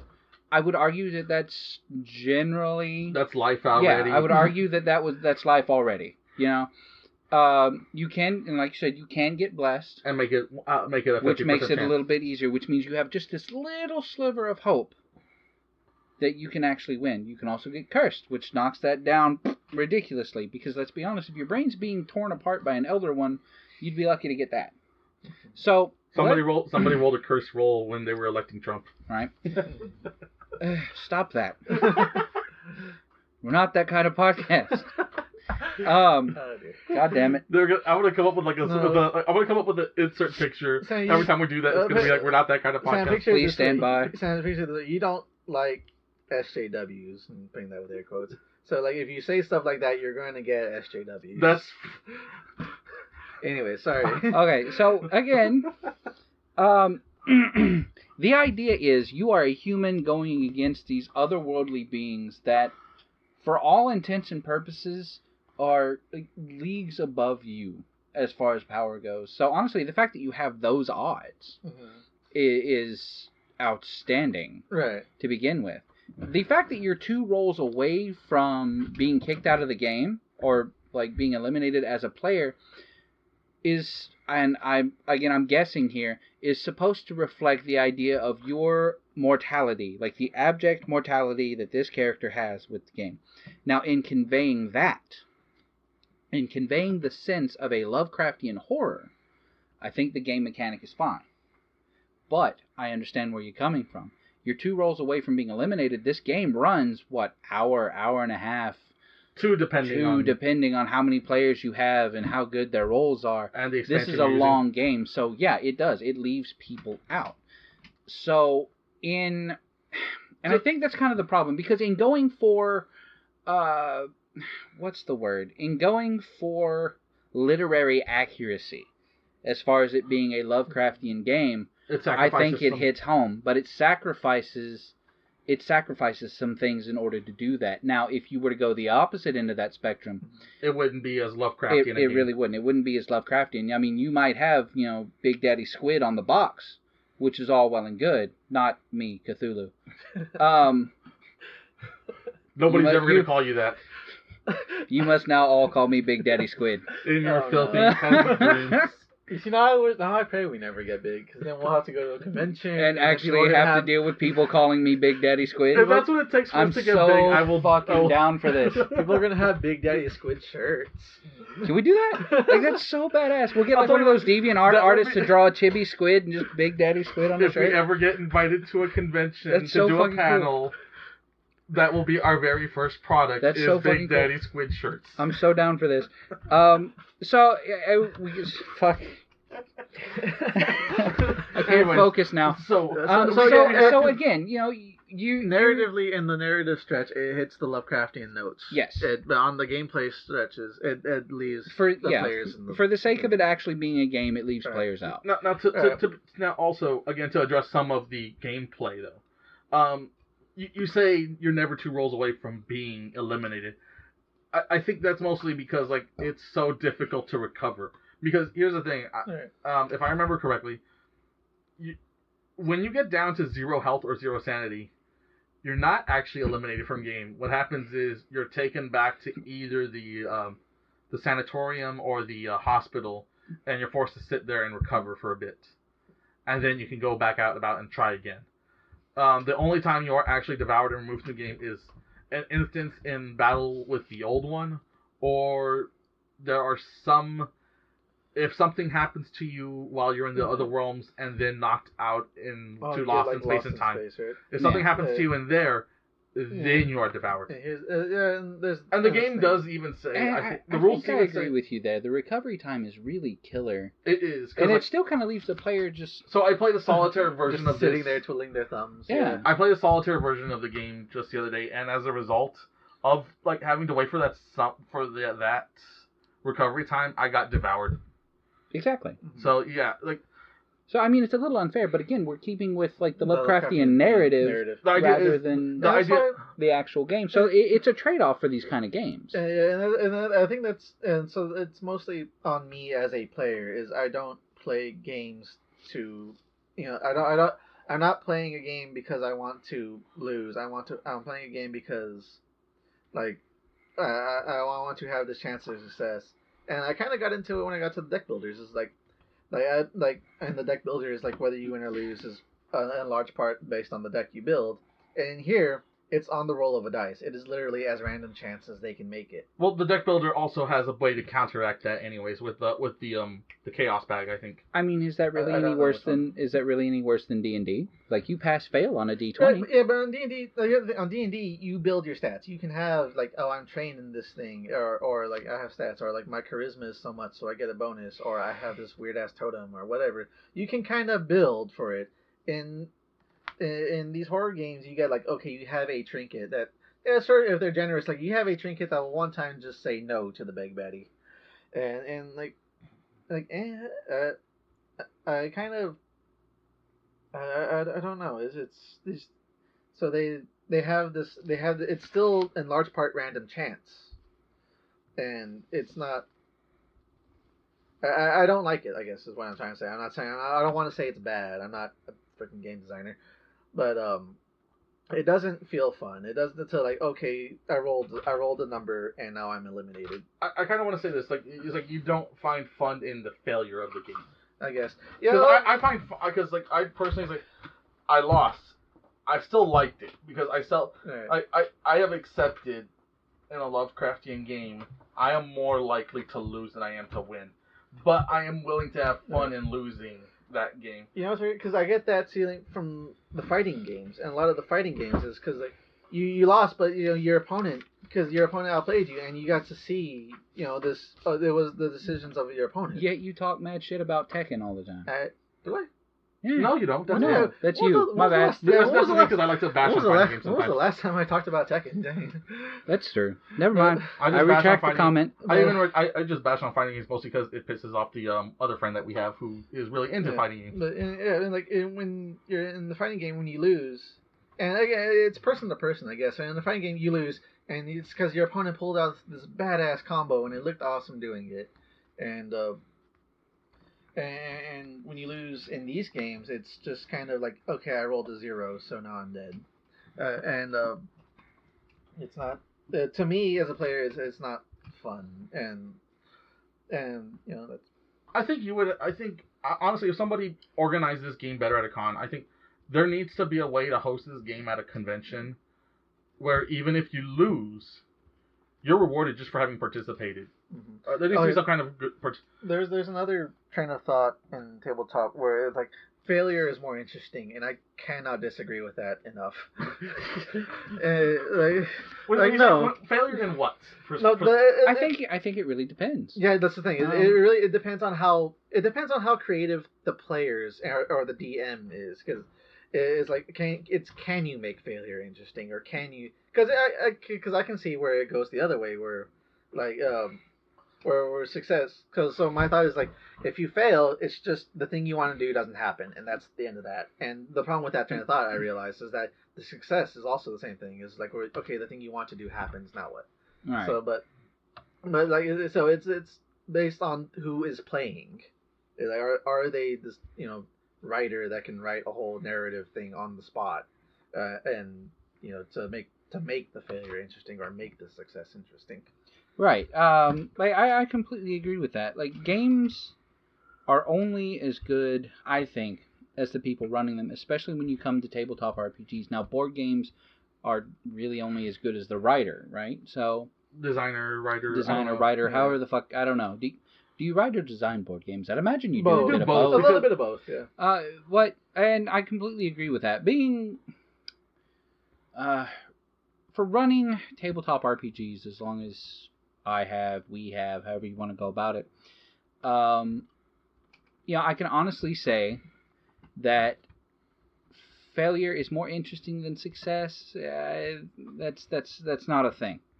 It's honestly not. Now, failure can be more entertaining than success at times, depending on who's at the table and how they fail. But again, it's gotta go in cohesively with the narrative being spun, or it's just going to be a mess. I want to say that failure can be frustrating based on how somebody has brought about the failure, or how somebody spins the failure. That's good though. There's supposed to be a sense of frustration. I'm there. looking at you and like some of the things you've done before. Don't fuck up. Go with that. So I go with the sense of frustration and these it's not entirely the Lovecraftian games where it feels like the rules are like not just for the theming, but just because almost the designer felt like making it unfair to you, and it's not just the theming. Well, that's part of the theming. No, but like to an excessive amount is what I'm saying. And they don't. Fuck! I lost the thought already. Well, I mean, I get where you're coming from. For any other board game, I would argue I would be completely on board with you there. Right. But the fact that this is supposed to be a Lovecraftian based game, right. Again, I just come back to the. I come back to the literary narrative of it. And the whole thing of Lovecraft is being way outclassed, like way out of your league. So yeah, I can get why the rules are a bit harder. But I mean, again, nothing you're saying is wrong. All I'm saying is like I can understand why the rules are so much harder, because for all intents and purposes, the rules are tantamount to the will of the old ones, right? Whether or not you pass or fail. So, I found the train of thought I was getting back to. Okay, sorry, go ahead. No, you're fine. You're fine, because it kind of helped me there.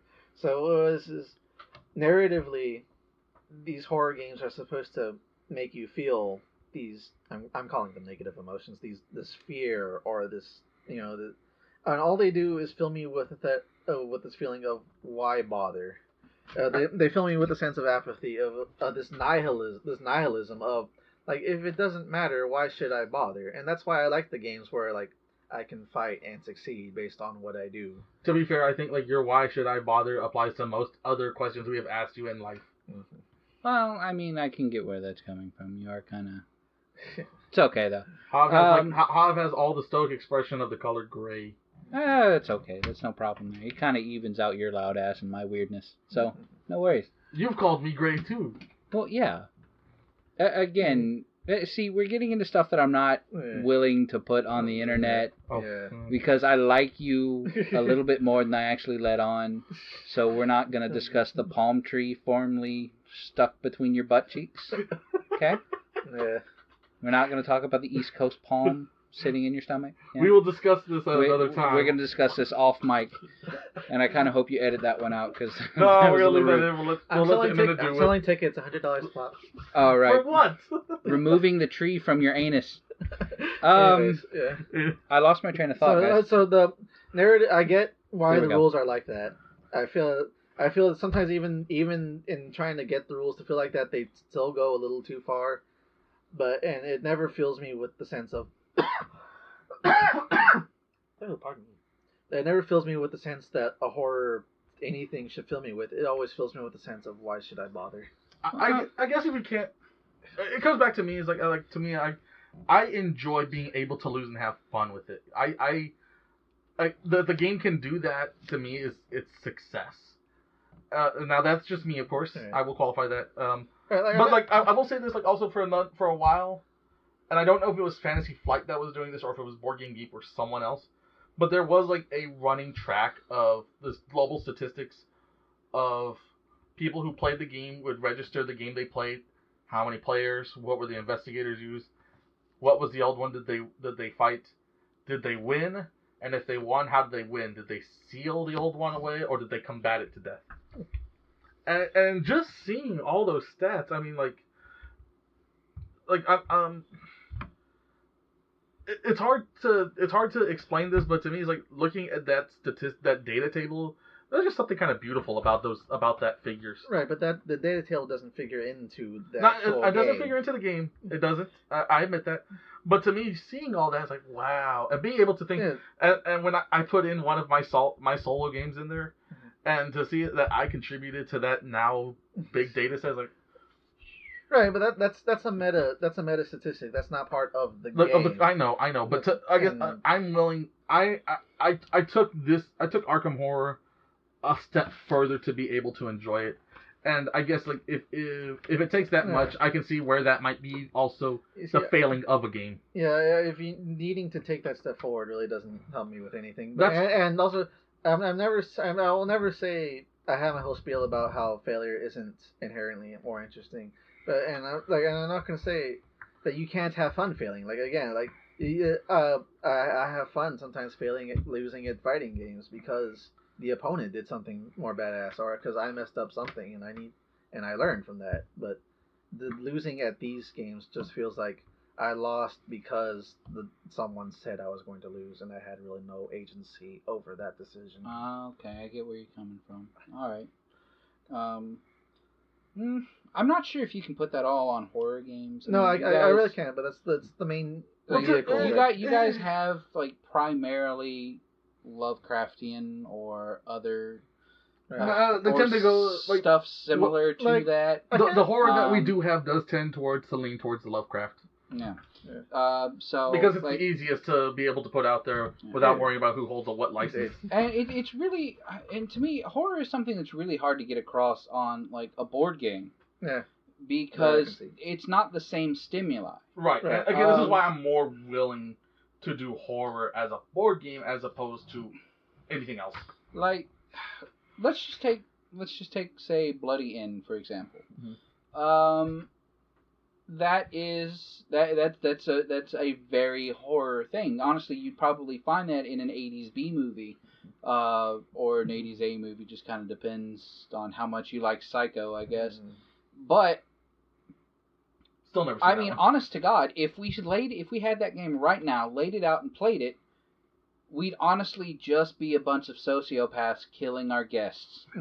And there'd be nothing to that. We'd be talking shit to one another the whole time. Like, oh, they're gonna find the body. They're gonna find the body. Why'd you hide it in the fucking washing machine?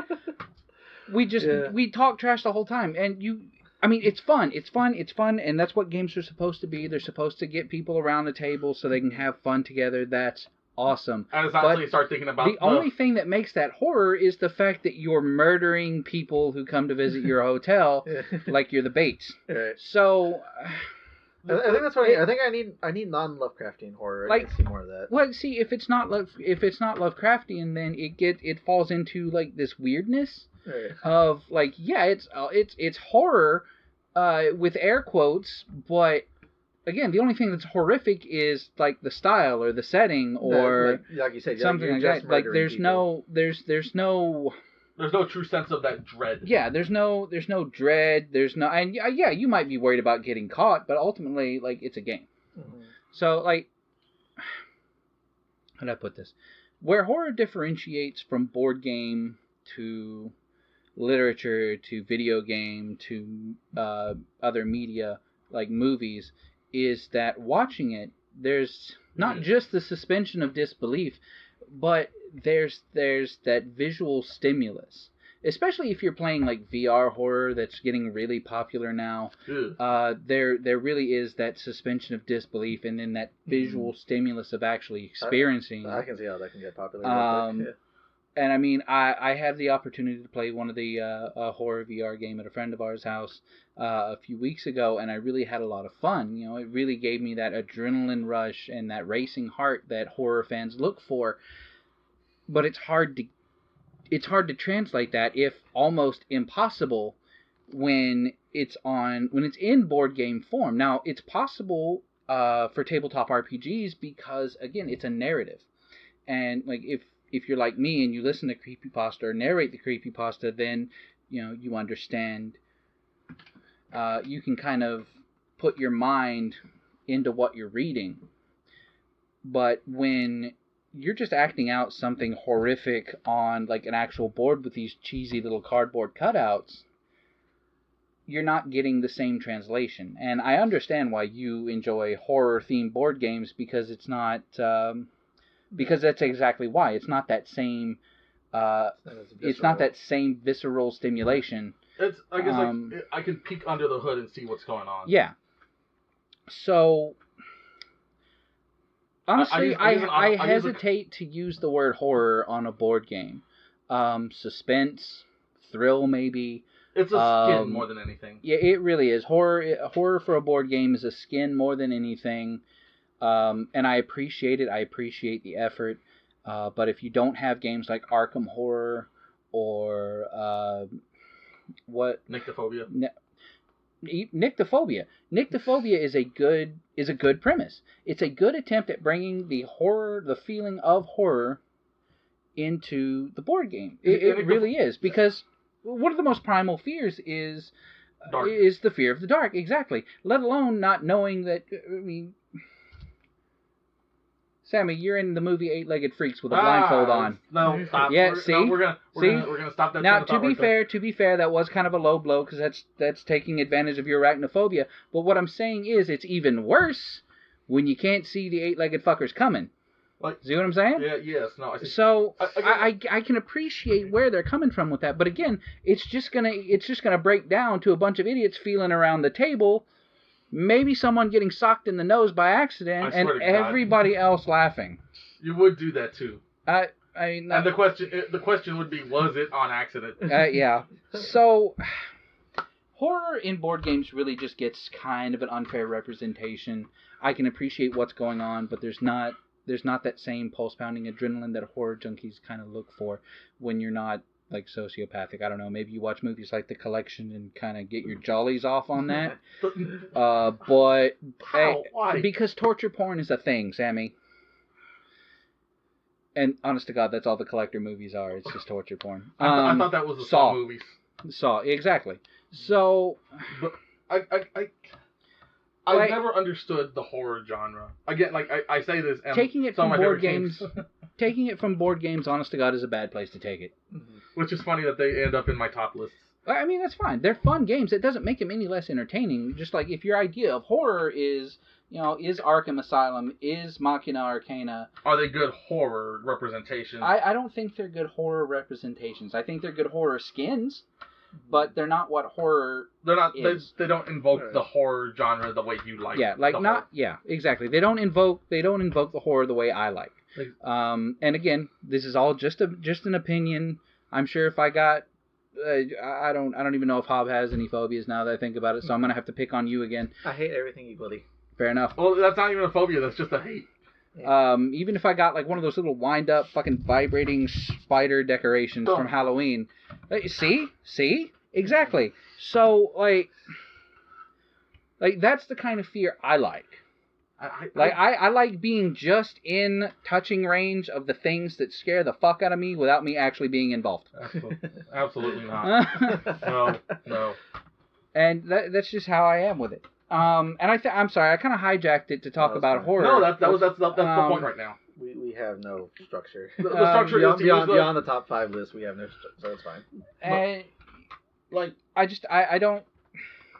For me, games like 10 Candles, while I do like horror, are ultimately just a means to an end. It's a means to get people together and provide some form of stimulation. Yeah, some form of stimulation, some form of escapism.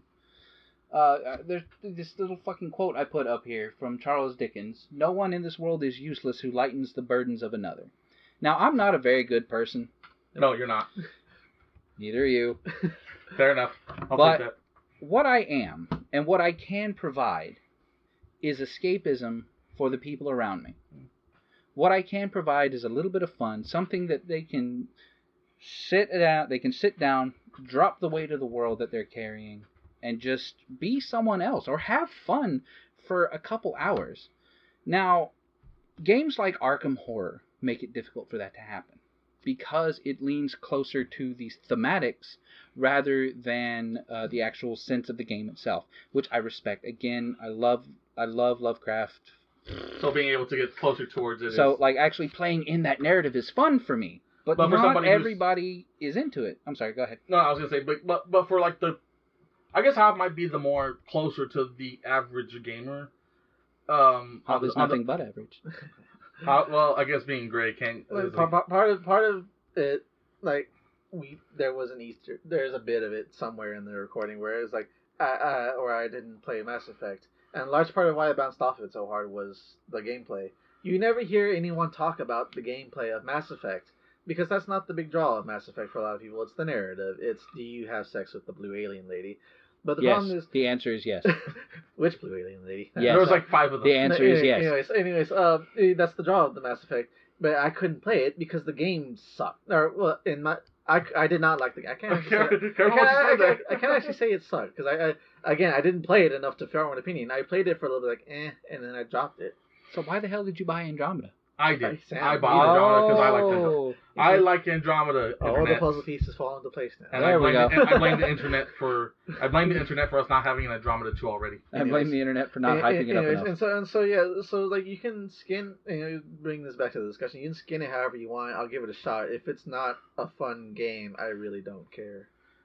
I guess for me, because my big harp is Magic the Gathering. I hate Magic the Gathering. I despise Magic the Gathering. I loathe Magic the Gathering. Wow, now we're never going to get any views.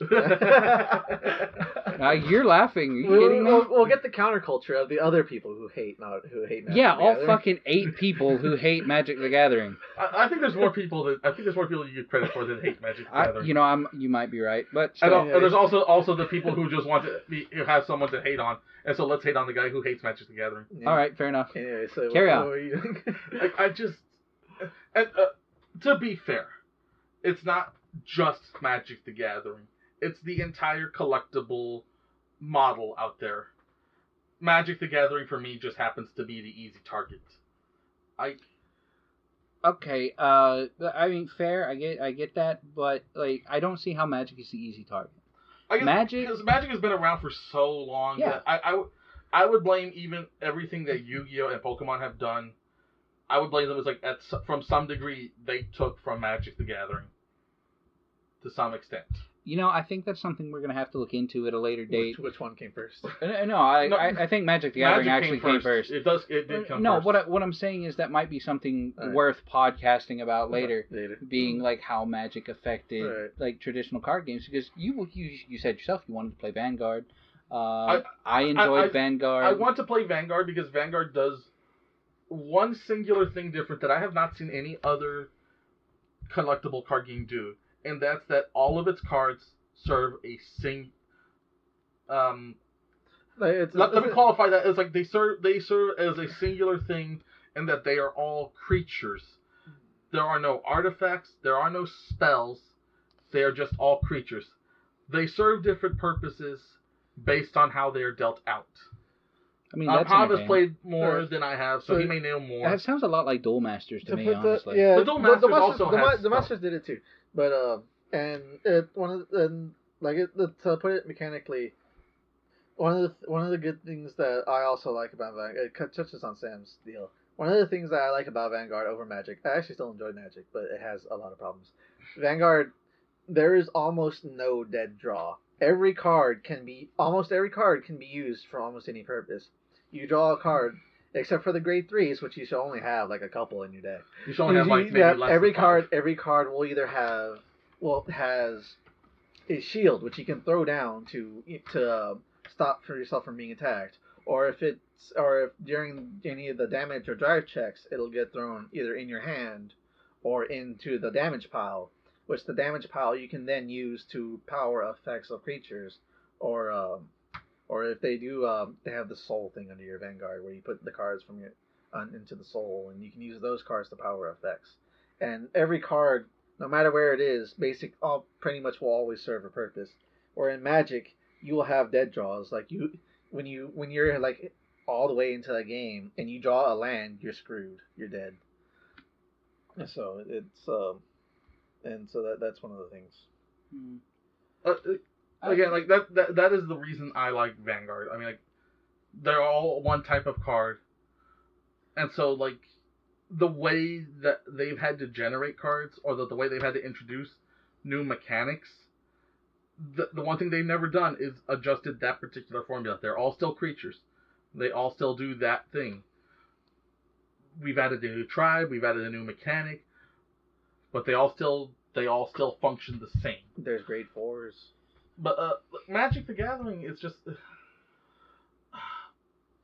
first off, there's like a for me, from an aesthetics point of view, and this is completely arbitrary and antithesis to the gameplay, because like this has nothing to do with the gameplay, so why should I hate it for this? It's just there's a good lot of those cards I just do not like to look at. I don't care for how they look. Some of the artwork just makes me go, It's not even the spider cards. Stop it. But Vigilant Widow. I swear to God. Giant spider. Eyeballs on every joint. Squid, I will hurl I imagine your phone at you. You would have liked the most Don't recent. You would have liked the most recent Innistrad because it had. Well, actually, I don't know. It had a lot of like the Eldrazi, which were basically the elder ones, I think. Yeah, which basically the Lovecraftian see, monsters. They came into the Innistrad. But that sounds awesome. Yeah. You may want to speak up again. Have your own senior. I don't have a lot of problem with Magic the Gathering personally. You're probably the biggest veteran here. I think. I don't know how Hav stacks up against you. I don't know. I don't know. Because I've been playing for some time, and like to me, the stimulus from Magic the Gathering is the strategy. Because yes, there are expensive cards out there that you can buy, but there are just as many inexpensive cards that do similar things, or combinations of cards that do similar things. So while it's not While it's not a sense of pay to win. Yeah, while it's not really pay to win, it's more pay for efficiency. Yeah. There's some of the. No, you're good. Because they're the variants. They're playmate variants. There's like Commander. It's not, Commander's the actual Magic one. There's EDH, which is a 100-card singleton format, which is, every card that's not a basic land has to be unique. Like you can have the card that's like tap to do 1 damage to a thing. But then you have to have, if you want that effect again, you have to get another unique card that has that effect, and it'll probably have that effect, but worse, like tap and a red to do a damage, or like tap and sacrifice to do a damage. So if you want that effect in your deck over and over again, you have to go into the worst cards to get that effect. And then there's also Pauper, which is Now before you go on, like you're talking about modes of play, different ways to play Magic the Gathering. Yeah, kind of. It's still Magic, but they restrict the cards you can use. It's the format. Okay. The format, yes. And again, Pauper is like only cards that have ever been printed at common rarity you can use. You cannot use like cards that were only ever mythic or something like that. All right. So again, the strategy. The strategy is what plays in it to me. Because it's like you said, I can have great cards and it be a smaller deck, and I'll be more likely to get what I need. But at the same time, there's no upper limit, so you're really just paying the good money for efficiency, not good cards. And I'm gonna have to counter your dead draw argument as well, because dead draws is and maybe this is just the way I look at it, but a dead draw is something you have to work either with or around as part of your strategy. There are any number of cards that allow you to reshuffle, draw the card you need without you actually having to draw individually at the start of your turn. So, again, that's a big part of where strategy comes into play. I like games like that. I like that it goes into, like, here's the mechanic, here's what you have to deal with, here's what you have to get around to win. Now, that's just from the game itself. That's not counting what the other player might be doing, whether the other player's like firing off direct damage or ramping up their own mana to get the big cards out, or just being fucking blue players. So don't be a blue player. So I may be anti-magic, but Hav is just anti-blue. Any card game that provides an extra stimulus other than I have a shiny card, here's how this works, or I paid $45 for this card, while that does exist in Magic, it's not at all the difference. It's not at all like Yu-Gi-Oh, where you fork out all these monies for all this money for these holographic cards, for these ultra rare cards that do fuck all, that end up getting banned like right after you play them. It's just.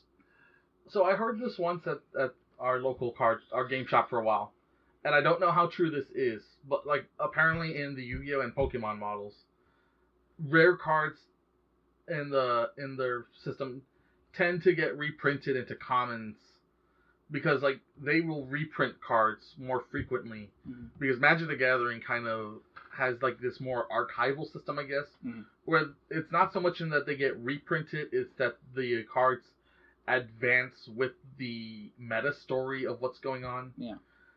And which is awesome, by the way.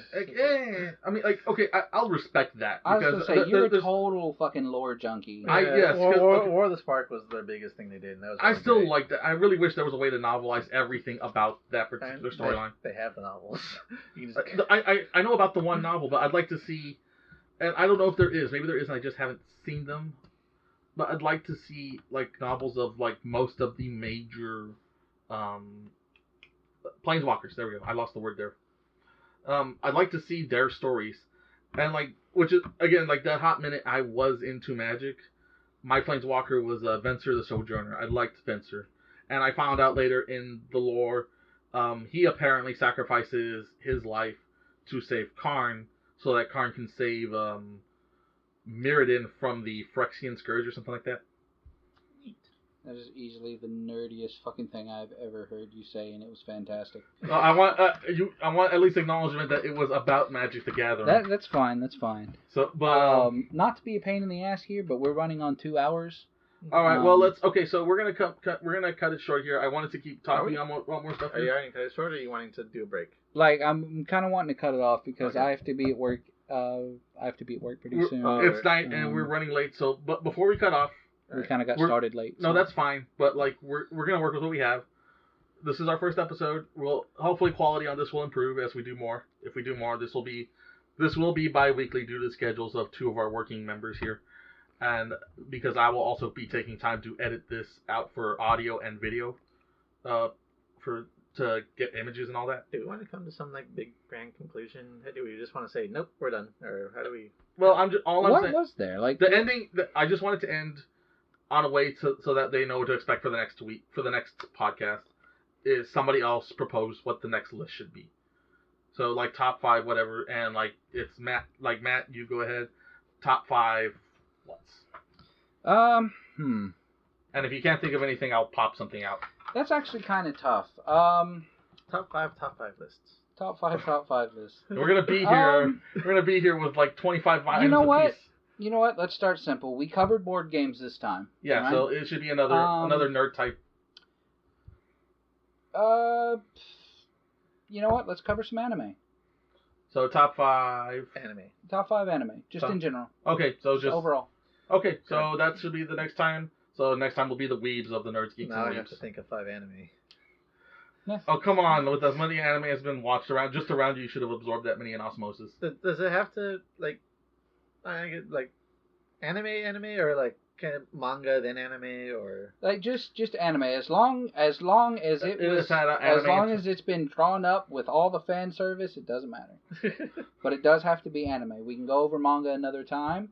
But for now, we're gonna go over anime. We're gonna see if we can't rake in some of that sweet nerd audience. Does Korean anime have its own name? Like there's manhwa for Korean manga, but well, okay. Look, if it's from the East and if it was animated, it's anime. East relevant to where? Japan had from America. Look, man, Japan was in the center of their maps. Okay, if it's anywhere from Asia, if it was an animated show from Asia, that would include Russian. Yeah, I will count it. Damn, Russian's not anime. Like anything, I guess, like from Japanese standards, anything that's animated is anime. But Russia. This is not that argument to be having. No, I'm going to argue this because Russia, I don't think is happy enough to have cartoons. And somebody can fight me on that. They have it's all like praise the Kaiser, whatever the hell his name is, Putin. Hail Putin. Look, it's all cartoons about waiting in line for potatoes. And okay, shit. I'll make this one qualification. We're horrible. I will make this one qualification for anime. Avatar: The Last Airbender is not an anime. What about Ruby? Ruby is also not an anime. It's a CGI. Oh, we are gonna get in trouble for that. That's fine. Come at me, internet. What does India have? India certainly they have something. Cows. Sacred cows. All right, we're gonna cut it there. So thanks for tuning in for this episode of Nerds, Geeks, and Weebs. However, we decided to put that in whatever order. Before we sign off, I just wanted to stop and let everybody know about any side projects that might be going on, anything we might want to be doing individually. I personally have a horror channel that we can link down at the bottom. Oh, yeah, if you wanted to hear more about that. As we go, some of our when our other two hosts, I guess, ever get into anything else, we'll make sure to link anything regarding them. We'll leave some links for the games that we mentioned down at the bottom.